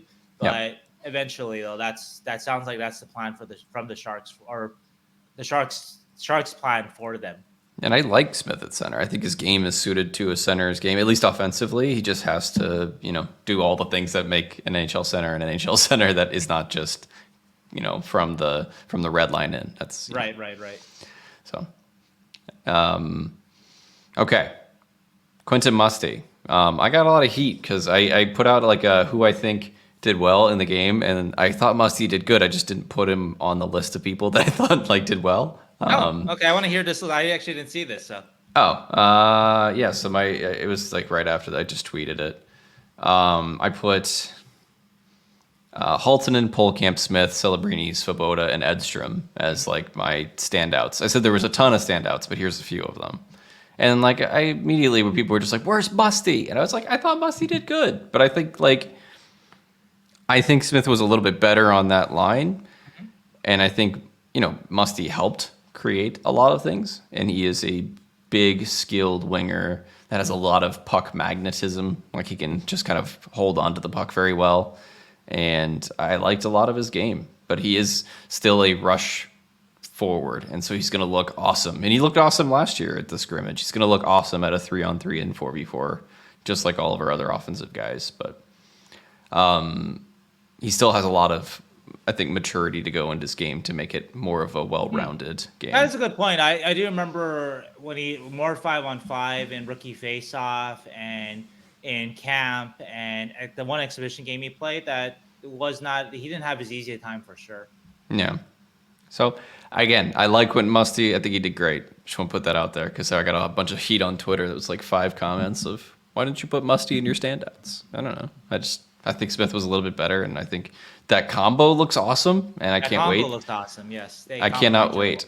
other. And this is what I was mentioning earlier. I really wish that Musty could go in the AHL. I don't. I'm upset that he's going back to the OHL, or he has to play in the NHL, and maybe he will Right. for 9 games. Who knows? I don't think so, though. I would predict no at this point, looking at the Sharks. Unless they Roster. suffer from a bunch of injuries or Yeah. Musty's game takes like a huge leap over, or his body, right? Which he can, even though he's big, he Sure. can get bigger, right?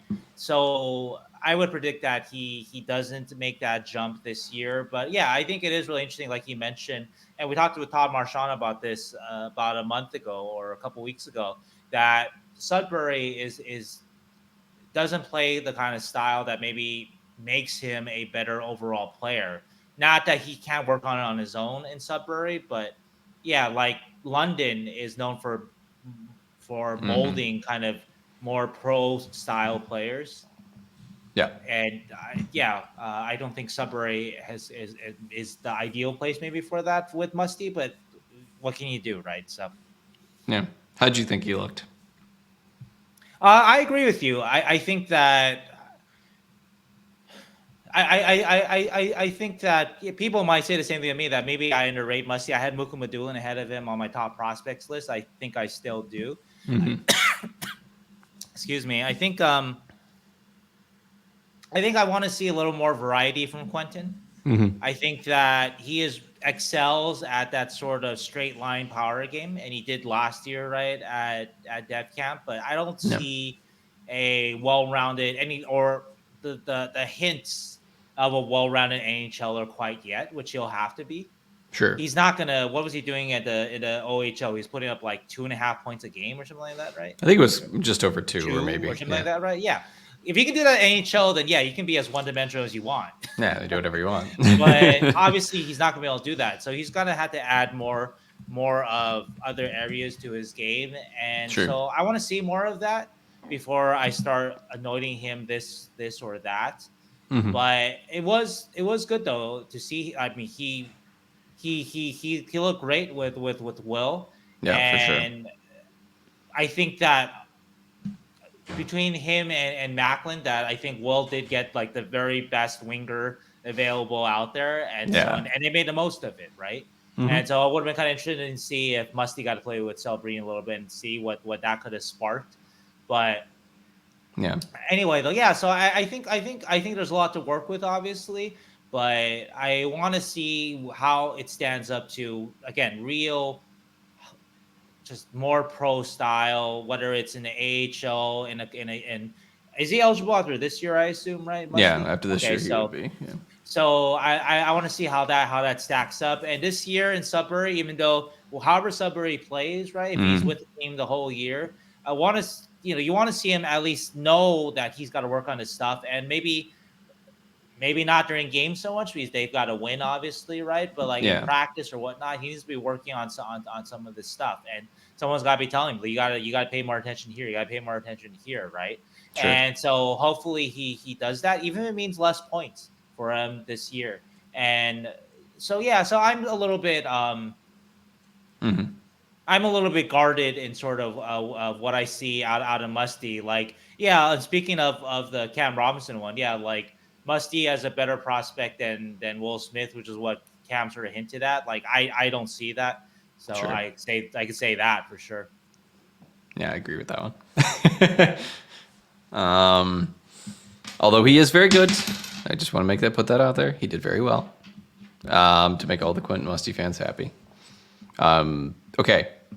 Our other 2024 first round pick, Sam Dickinson, who you're going to see a short interview of here in just a minute.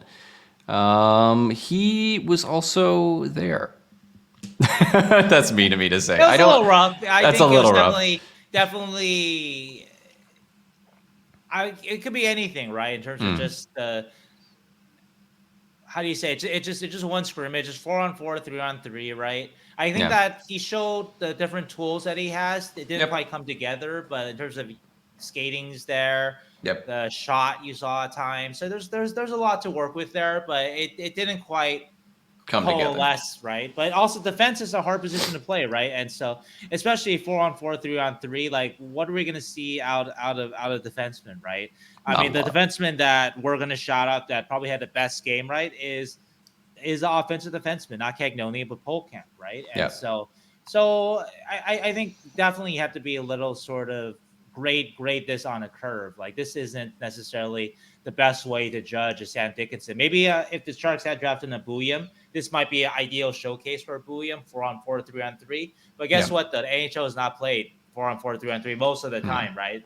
Mostly it's a 5-on-5 game, and so it wasn't exceptional, but nothing to worry about. So nothing terrible. It just I think the game was a little bit like he moved fast and he had a few puck rushes that were pretty good and a couple or a shot or two. But I think there was a couple of times when like the game was just going a little too quick and he couldn't make that next read in terms of his passing. So I'll need to work on that too. Yeah. So, yeah, he's another guy, even though he's eligible, and I do ask him about it. I don't think that he's going to get those 9 games this year. I don't think he's close. Even like last year with Musty, I didn't think Musty was close either because again, Musty is too. I've said this before, like a little bit one note, right? He's big, he's fast, but what else is in skilled? But okay, what is that? What is he in the NHL though, right? And so even Musty, as impressive as he was, right? I didn't think that in as bad as team as Sharks were, Musty didn't even sniff an Angel spot. I don't think he was close to it. I don't think there's ever really that serious a discussion with him. And so I don't anticipate that will be the case with Sam either this year. That'll be my guess. Yeah, and there's times when I watch Musty that at the OHL, I was like, this I really don't want him to be here anymore because he's too friggin' good for this level. Mm-hmm. But he's also, he's playing from half of the rink essentially. And I don't know. Maybe Musty needs to get traded to a team like a London or a more defensive team. They might. that might help them. So they might reunite the Haltonen, Dickinson, Musty. Oh man, all on one team. Oh my gosh. We actually we didn't even talk about this. There's like a rumor out there that Igor Chernyshov is actually coming to North America. Right. Yeah, that's want to credit the right people. It was Hockey Rumor or Hockey News Hub was the one that put it out in English, but it was a Russian reporter. I'm gonna look it up really fast because I always like to try to credit people. Yep, absolutely. It was a Sport Express reporter. That's right. Yeah, it's sportexpress.ru or whatever. Yep. And let's see, where is my article about it? It was a Mikhail, but I don't quite remember his last name. I am sorry. Let's see. Where is that article? It's been a long week. It's been a very long week. Yeah. Mikhail Zislis, Zislis of Sport Express. Anyway, so I checked in with Chernyshov's agent, Dan Milstein. He didn't rule it out, which I think is very important. Mm-hmm. So I think this is a valid possibility. If it was, Dan might have shut it down. He did not. And so I think that this is definitely a possibility. And Chernyshov was drafted 56 overall by the Saginaw Spirit in the CHL import draft. Saginaw Spirit just won a Memorial Cup, so maybe that's a good program for him to go to, right? Yep. And I think that if he does do it, it's going to be a similar path to Kasper Halttunen, that he leaves his country, he gets an ELC. I think that's part of the deal of coming here. Yep. And it's not like it's not set inside in stone, but it's one of those like wink things, right? Yeah, like good faith kind of thing. Yeah, good faith kind of things, right? And so it'll be interesting to see if he does come here. In terms of Chernyshov's performance, he was definitely around the puck early in prospect scrimmage, but I think it kind of faded as the game went on. So I think that he doesn't have that clear tool that Halttunen had last year, where Halttunen was pretty much not good at anything except for shooting. Mm-hmm. But that shot was very, very impressive, right? Mm-hmm. And so but it's very limited time with Chernyshov, so we'll see what that. But it'll be great if he's here, though. Yeah, I think you always want your prospects here to develop. In Russia, even though Chernyshov did play on his KHL team, you just never know, kind of, right? Just like how coach is going to use the guy, how coach sees the guy, right? Yeah. And so it's nice that you can have him in your backyard, and it's easy to kind of evaluate. And you can just call that coach and say, hey, what's going on? Why aren't you playing him? And then that relationship is easy. So he's actually got an interesting thing because he could play in the Russian league, the NHL, the AHL, or the CHL next year if he wanted to. There's not the NHL, obviously. That one has to be earned. I mean, it's possible, but I mean, AHL is also possible. He looks raw though, so I think probably OHL is probably good for him. Yeah, the best place for him to start. Agreed. But it's interesting. The comparables are there with Halton, like you said, just because it's a bigger winger coming out of their home country. And we talked about how the Sharks seem to like high ceiling bets in this place in the draft, right? Last year with Musty and Haltonen, and so Chernyshov is along that type of player profile forward. Speaking of Kasper Haltonen, he looked great. I think they're obviously Haltonen loves to shoot the damn puck, and he can shoot the puck through sheet metal because he has one of the hardest shots on the Sharks. Yeah, he scored I think the goal that made it 7-6, right? When Team White was trying to come back, and I think it caught the net on fire. One-timer. I think it caught the net on fire. Like if I remember, there's like a little bit of smoke on it. Anyway, he looked good other than just the shooting, though. I think even in like tight spaces, he was handling the puck well, and he was using his frame a little bit better, getting a little bit more physical in the corners, and that's like for Haltonen, that's what he has to do. He has to be both good at the one-timer slot on the power play, and then he also has to be good net front, I think, to be a consistent NHL player in the future. He has to be a big body, good in tight spaces as well, to unlock his scoring potential, and B, just a stick in a lineup, because there's not a lot of other things there with his game, I will say. But he looked good. I think he paired up really well with Celebrini in certain lines, and that last shot was fantastic. Yeah, Todd Marchand also stated another thing that very clearly he needs to work on, which is his conditioning. And Marchand mentioned that from last dev camp that I think Halton had dropped about 10 pounds down to 208, which Marchand was happy with. So credit to Kasper for doing that work. But Todd also told a very specific story that in World Juniors that Kasper was saying that he felt heavy. He felt just anyway. So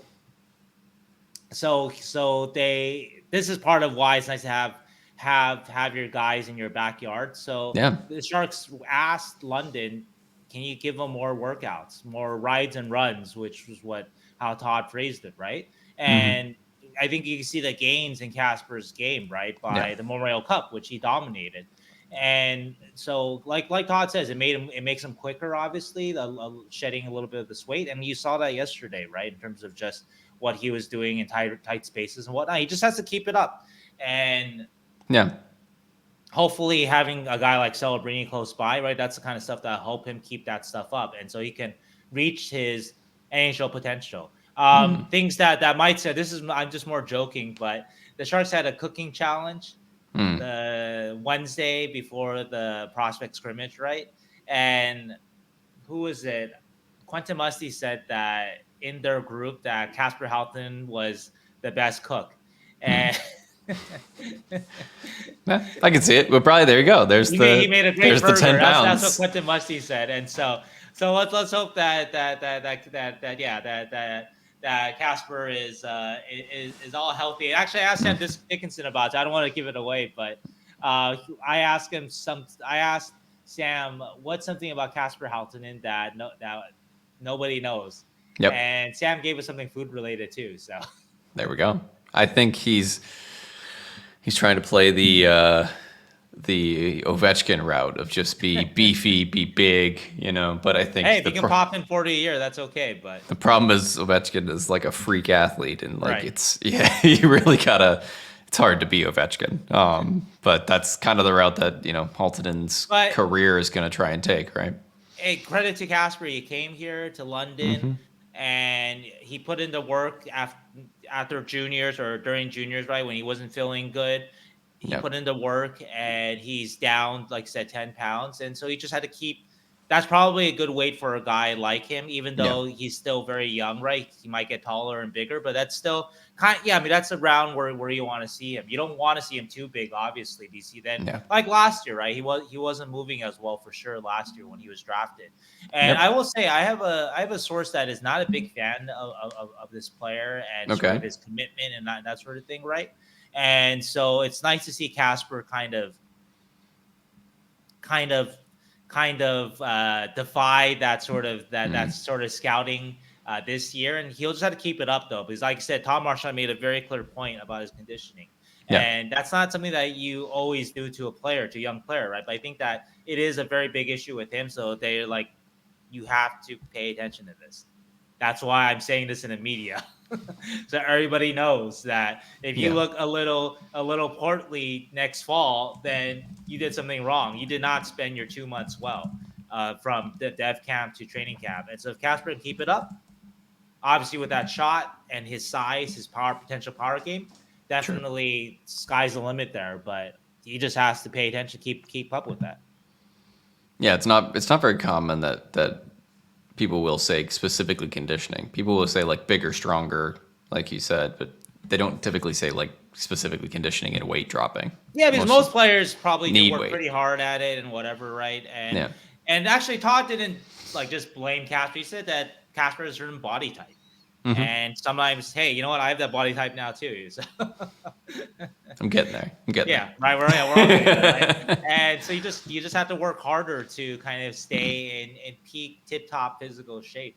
And so I think that's part of why Todd mentioned that. Definitely is something to be aware of with him in the coming years. And probably I had to look back on it, but there's probably a reason why, because Casper was considered maybe a potential top 10 pick, right? Early in the draft process, right? The 2023 draft process. Is that right? He was considered like a guy that could go pretty high, right? Before. And he dropped for sure. So I think he was considered a first rounder for sure.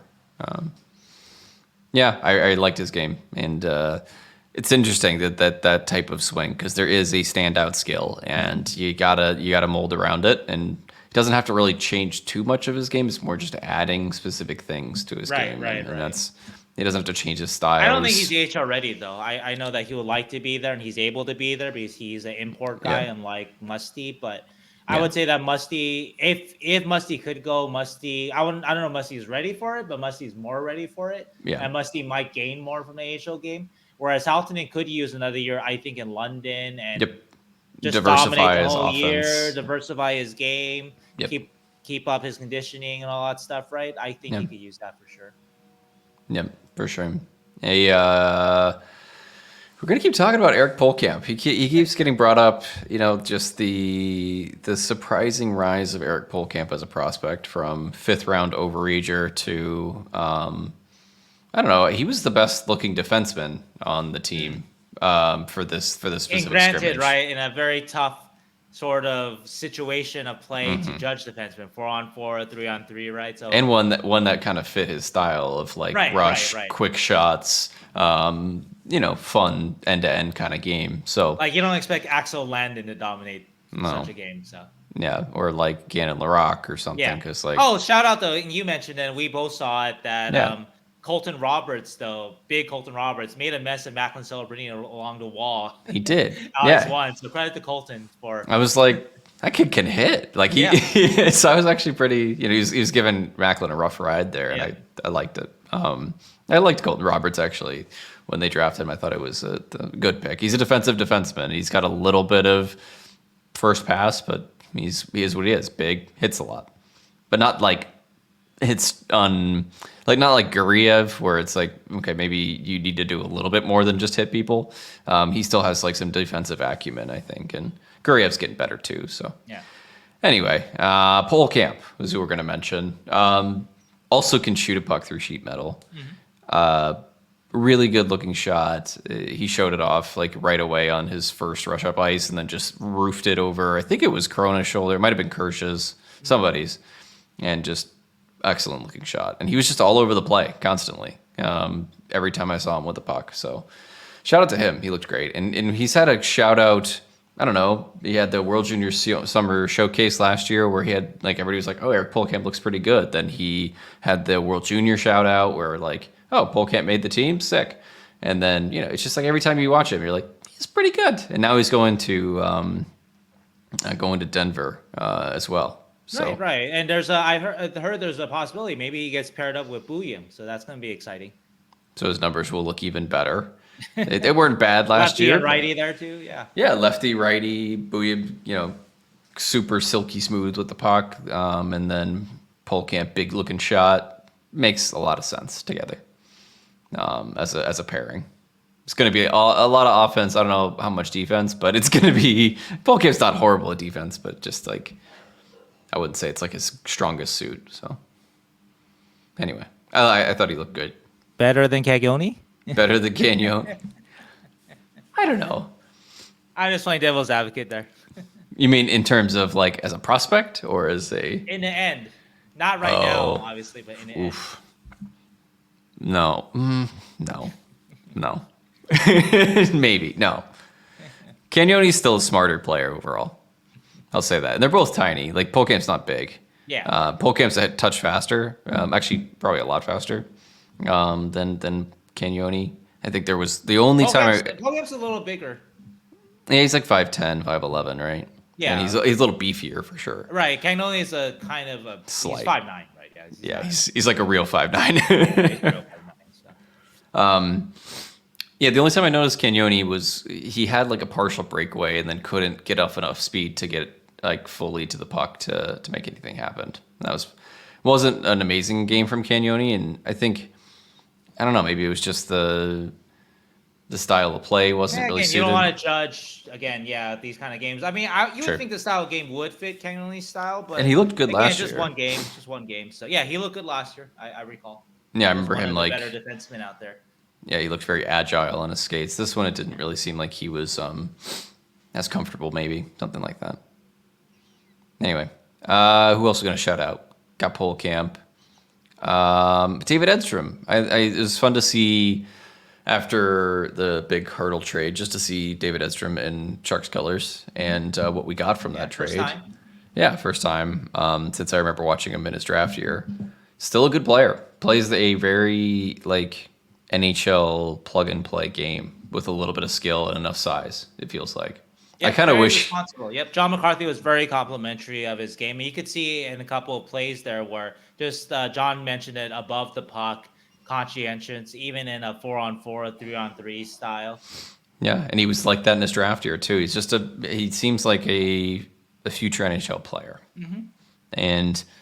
whether or not he has a super high ceiling, I don't know if it matters. He's gonna probably play, and it just depends on if he could add just a modicum of scoring. Look at if a guy can score a little bit. Look at today the trade Ryane Clowe for Matt Savoy, and I think Savoy's star has dropped a little bit. I think people aren't. I was never really high on him anyway. But. Right, but he hasn't necessarily, even though the points are there, I don't know if he's necessarily gotten much better as a prospect than he was 2 years ago, right? But a guy like a Ryane Clowe, right? A young guy who is good enough to play like kind of a third line center, right? Has enough offense for that. Super, super valuable. And so if Edstrom can just add a bit of that to his game, which is not easy, obviously, but along with how he plays and his size and how he moves, right? That is a terrific player. And I wrote this yesterday on sort of my dev camp takeaways that, of course, you'll never put up offense like your Will Smiths and your Macklin Celebrinis and all sort of things, right? But guys like this are just as important to winning. Mm-hmm. Yeah, I kind of wish that he was in the AHL. Like, I think he'll do fine in Sweden. The plan is for him to go to Sweden next year. And maybe he will develop a little bit more offense there because he was starting to put up some points there at that level. Right. But you worry about like a regression, like kind of what Bistad did last year. Right, maybe. But maybe he won't have that too, right? Like the whole expectation last year with Bistad was because he was very good in his rookie. Bistad won SHL Rookie of the Year, that he would take a step forward. And for a reason it didn't happen. It could be different reasons, right? It could be the quality of the team around you. It could just be like mentally, you just put too much sort of pressure on yourself. You think you've got to be the man now, right? In your second year. Who knows exactly what happened with Bistad, right? It's nice that Bistad, even though Bistad didn't jump out to me in the game yesterday, the scrimmage, that Bistad came over last year at the end of the season, AHL, and was pretty impressive. He was better than I thought he was going to be. And I watched a number of those games, the number of B-Set's AHL games. He was better than I thought he would be, and so I don't really worry too much that his prospect scrimmage was a little whatever. Not that, yeah. He's a little old for that now, kind of, right? So yeah. So anyway, though, so that's from. I wouldn't rule out maybe he takes that next step. So who knows? Yeah, for sure. He seemed very clear that that's where he wanted to go, though. So yeah, and I mean maybe it's time for him to have a little bit more power play time, be the guy offensively. Hopefully. For Lunda. And for Lunda. Carlson's team. Yeah, and but yeah, it was good to see Edstrom. I think he had a good game overall. Another guy that's a big third line center that just showed a little bit more skill than I thought he had was Svoboda. I wanted to shout out his game. He had a great looking wrist shot from the slot that was like perfectly placed. And then he had this beautiful saucer pass through a defender to Lawback. Yeah, that was like, I just didn't expect it from a guy that, when I watched him many years ago, I was like, he's big. He can play net front. He can, win you face-offs. It felt like more of a fourth line forward checker guy, and just good to see a little bit of skill from him. He can skate too, right? So I think he's one of those kind of like maybe like Carson West, right? Like maybe, yeah. I think the Sharks see the tools are there, even though it hasn't translated to like a lot of offensive production. Yeah, but the tools are there, and again, if you can get him to a NHL playoff caliber 3C level, he can help pop in like 15 or something like that, right? 15 goals, 15 assists, something like that. That's a super valuable player. Again, that's a winning player, and obviously, I mean, you're hoping that out of Edstrom, out of Svoboda, out of Beast. So you only have so many lineup spots eventually, but if one of them hits and is like your 3C of the future. Then like a really good 3C, then that's outstanding. Celebrini, Smith, say Edstrom. Yeah. I'm going to spoil it for everybody. All three of them will not hit their ceilings as third line centers. I want you all to understand that. Because that's the other thing that people do too. It's like they'll be like, why do we get Edstrom if we have B-Stat waiting for a 3C? Right. Or, it's like only one of these guys is going to make it, maybe two, maybe. If they had drafted like a Lucas Peterson, like why would you draft this guy when you have two? You just keep going. You like the player, you just keep picking them up, and then hopefully one turns out to be the ideal for his position. And give B-Set a little, I guess, credit too, that even though B-Set is not maybe as safe a prospect as Edstrom, maybe a little higher ceiling. So that's why there's still kind of that excitement for him that maybe he can get his game up to a 2C, a decent 2C. But we'll see. Yeah. Anyway, just wanted to shout him out. I thought he had a couple of skill plays that I just did not expect from him. Sure. So, last one I want to mention was Solon Wallenius, and I will say I tweeted out that I really like Solon Wallenius' game, and then that was like the first quarter, and then I feel like I didn't see him at all after like the last three quarters. So I thought he had a really good first quarter. He bodied Edstrom at some point off the puck. Mm-hmm. He looked strong on his skates. He looked defensively responsible. He was cutting off passing lanes. He just looked like a good defender, which is what I was interested in because nobody really wanted to play defense in this game. And he just looked strong in that first quarter. But then I think his play kind of faded a little bit. Yeah, I agree. But I think it was a good look at him, promising look at him. Yeah, good skater too. Didn't do too much offensively, but and I think that's it for skaters. You got anybody else you want to shout out? Yeah, I think for skaters, that's it, right? We're going to talk a little about the goalies. I'll just mention it quickly. John McCarthy went out of his way to shout out Christian Kirsch's performance. And you had a guy that you thought was actually the best goalie at the scrimmage. Yeah, I think Corona had very clearly the best game from the goalies. It was not a goalies night, 7-7. It's not a good goalie night. He is the older, more experienced one, so maybe that's why J Mac didn't bother shouting up, because you expect stronger performances out of Corona, Romanov, Cardwell, some of the Barracuda guys. So. Yeah, Cardwell didn't do too much this game, and then Romanov got shelled, but he was getting killed by Musty and Smith. So, but I thought Cardwell learned who rules the roost of the Sharks. Yeah, who's gonna get all the calls? It's Macklin. I bet he's gonna give Macklin so much shit about that. Yeah, actually, I want to listen to to Ethan's next Mm-hmm. podcast. That should be a pretty good one. Yeah, he took him down and took away his goal. Yeah, right. ENG right there. And yeah, but I thought Kirsch looked good. I thought he looked pretty calm and like ahead of the puck, and it felt like, you know, there was a lot there to work with. He didn't look over his head, and I liked that. So good pick. And then lastly, you wanted to shout out Gavin O'Connell as well. Yeah, I thought for a lot of people there that he was sort of the trial guy that stood out the most. He was making a lot of plays there. I will say that doing that at this level of play, I don't know if that's going to translate to AHL. Mm-hmm. And so I'm not really sure about sort of his pro future, but he Sure. looked good in this game though. So I'm going to give him credit for that. My favorite thing I just wanted to mention, just because it's been a good vibe here on the scrimmage, but was just watching Joe Thornton behind the bench. I loved that. I just I don't know. It was a different look for me. I was like, oh, Joe's behind the bench coaching. It just felt right. So just again, director of vibes, Joe Thornton, Jumbo Joe. All right. Anybody else? I think we ran through honestly most of the prospects at the scrimmage, but just want to again Well, shout the out ones that those. really stood out. There were a lot of guys there, definitely. But for me, though, I'm going to be watching a bit more closely rookie face-off because it's 5-on-5 is versus another team too. Yep. So I think that's what I like to see, that some of these guys absolutely dominate that tournament. We're talking Smith, Celebrini, and also some of these guys that they show sort of at least their attributes. I don't know if Edstrom will be there because his SHO season will start, but Yeah. you mentioned a Swoboda, right? Can he kind of step it up? I'm not sure if he's going to be available for it. I'm not, his commitments, but actually he's going to college, right? So so he won't be. He won't be able to go, right? Yeah. So, but whoever does happen to be there, though, yeah, definitely. I think that's going to be a better sort of way to judge. And as Marchand put, he said, what are you going to look like a couple months from now in terms of your fitness? He mentioned, I have your numbers from July from dev camp. Is it better? If it's not better, you're going back to junior most likely.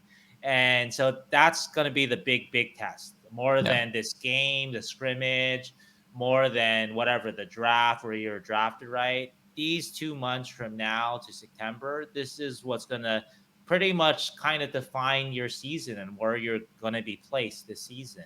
And so hopefully all the guys there that are kind of in between your Celebrini, your Smith, which I'm pretty sure those guys are going to take it very, very seriously, of course, but guys like Musty that hope to make the AHL, Cagnoni that hope to make the AHL, Haltonen that hope to make the AHL, you've got to show a leap from, like you mentioned, as impressive as Haltonen was here, he's got to be in even better shape, in September. Yeah, that was the interesting thing from Smith too, was him saying like, 8 to 10 pounds of, weight is the goal kind of thing. And that he's just had to put on more, like just eat more. His mom is helping him with that. Yeah, he's just eat more. So he's getting a little bit of coaching on dietary habits. Yeah. So anyway, I love this time of the off season. It's about to get very boring. So this is the high point for about a month and a half. So, and then we have World Junior Summer Showcase and Ivan Halinka and stuff like that to keep me interested. But yeah, last summer we had an Erik Karlsson trade to worry about for deep into August. True. Yeah. We have Celebrini watch. That's it. Yeah, but I think that's going to end quickly. Sheng says himself said that decision will be quick, and like I said, I maintain that he's going to sign. So maybe we'll learn. Maybe they don't want to drop this news July 4th weekend. Yeah. And maybe we'll learn early next week. I think that's what they did with Will Smith. They obviously knew about Will Smith for a long time, right? Sean Coffey, Will Smith's agent, told us that early May, even before the draft lottery, they knew and they were telling people that he's coming, right? And they held it till obviously Will wanted to hold it because he's at World Championships and then his sister was graduating. But like I said, I found out on a Saturday, and I told everybody this process. I deduced that it wouldn't drop on Memorial Day. They wouldn't want to put such big news on Memorial Day. And so this would be my guess. So early next week. All right. Let's all hope. Okay, enjoy the short interview with Sam Dickinson, and we will be back next week to talk more baby news. It's just 6 minutes, but it's a lot of fun. It's kind of like our interview with Will Smith last year. Mostly just fun, light topics. And he also tells us, like I said, why he's the number one defenseman. And we make Beckett Seneca jokes because they know each other from when they're teenagers. Yeah. And what we don't know about Casper Haltonen that he can share with us. Love it. All right. Hope you guys have a good week. Bye. We want to welcome Sam Dickinson to the San Jose Hockey Now podcast. You know Sam all too well. Number 11 pick of the San Jose Sharks in this 2024 draft. And Sam, I'm going to put you on the spot here first. I got to ask you. You said before the draft, you are the best defenseman in the draft. Why are you the best defenseman in this draft? I think it's just kind of the completeness to my game. I think I kind of do everything all over the ice. I think that's kind of the big thing that separates me. And you have kind of a chip on your shoulder, though, for the teams that did not draft you.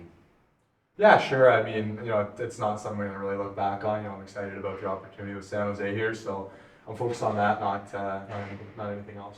Anyway, some guys are, sort of a burning thing with them, right? But not so much for you, though. You think that you're just, again, focused on the opportunity here. Yeah, I don't think I'm going to be too worried about that. I'll focus on San Jose and being here and staying present. One of the teams that did pass you over was Montreal, which you grew up being a fan of. So can you tell us how a kid from Toronto became a Canadiens fan? Yeah, I think it was, growing up, my dad was a Montreal fan, so he just kind of, passed it on to me and my brother, and naturally we just kind of became Montreal fans, so that's kind of... Who was your favorite Canadiens player growing up? I was a big PK Subban fan. Oh, nice. So, yeah. Okay. Did you get to meet him at the draft? He was all around Vegas. I saw him walking around. I didn't get the chance to meet him, but I saw him a couple times just walking around. Were you a little intimidated to introduce yourself? He seemed a little busy, so I kind of left him do his stuff, and that was about it. All right, hopefully you get to meet him one day, right? Hopefully, yeah, we'll see. And speaking of growing up, I understand I used to play lacrosse when you were growing up. How high level did you play? Yeah, I played the provincial level, and then with my school in Toronto for probably about 6 years, 7 years. Did you ever think about going pro in that area? There was a little bit of time when I was younger, but it was kind of always pretty set on hockey. And speaking of sports that kids play growing up, yesterday, both Macklin Celebrini and Will Smith, they threw out first pitches at the San Jose Giants game. So, tough question. Who threw a better first pitch? I think it's got to be Mac. I think it's a little more in the strike zone. Mm-hmm. I think Will threw was a little harder, but I think it hit the dirt, so I got to go with Mac. Will said that he threw a better first pitch. He said that he had some heat, so... He had the heat. Yeah. He had the heat, but I think he has to say himself, so... So, going back to the Canadiens, at the draft combine, did they ask you the famous animal question? And what was your answer? They did ask me that. I said that I was like a killer whale. Mm-hmm.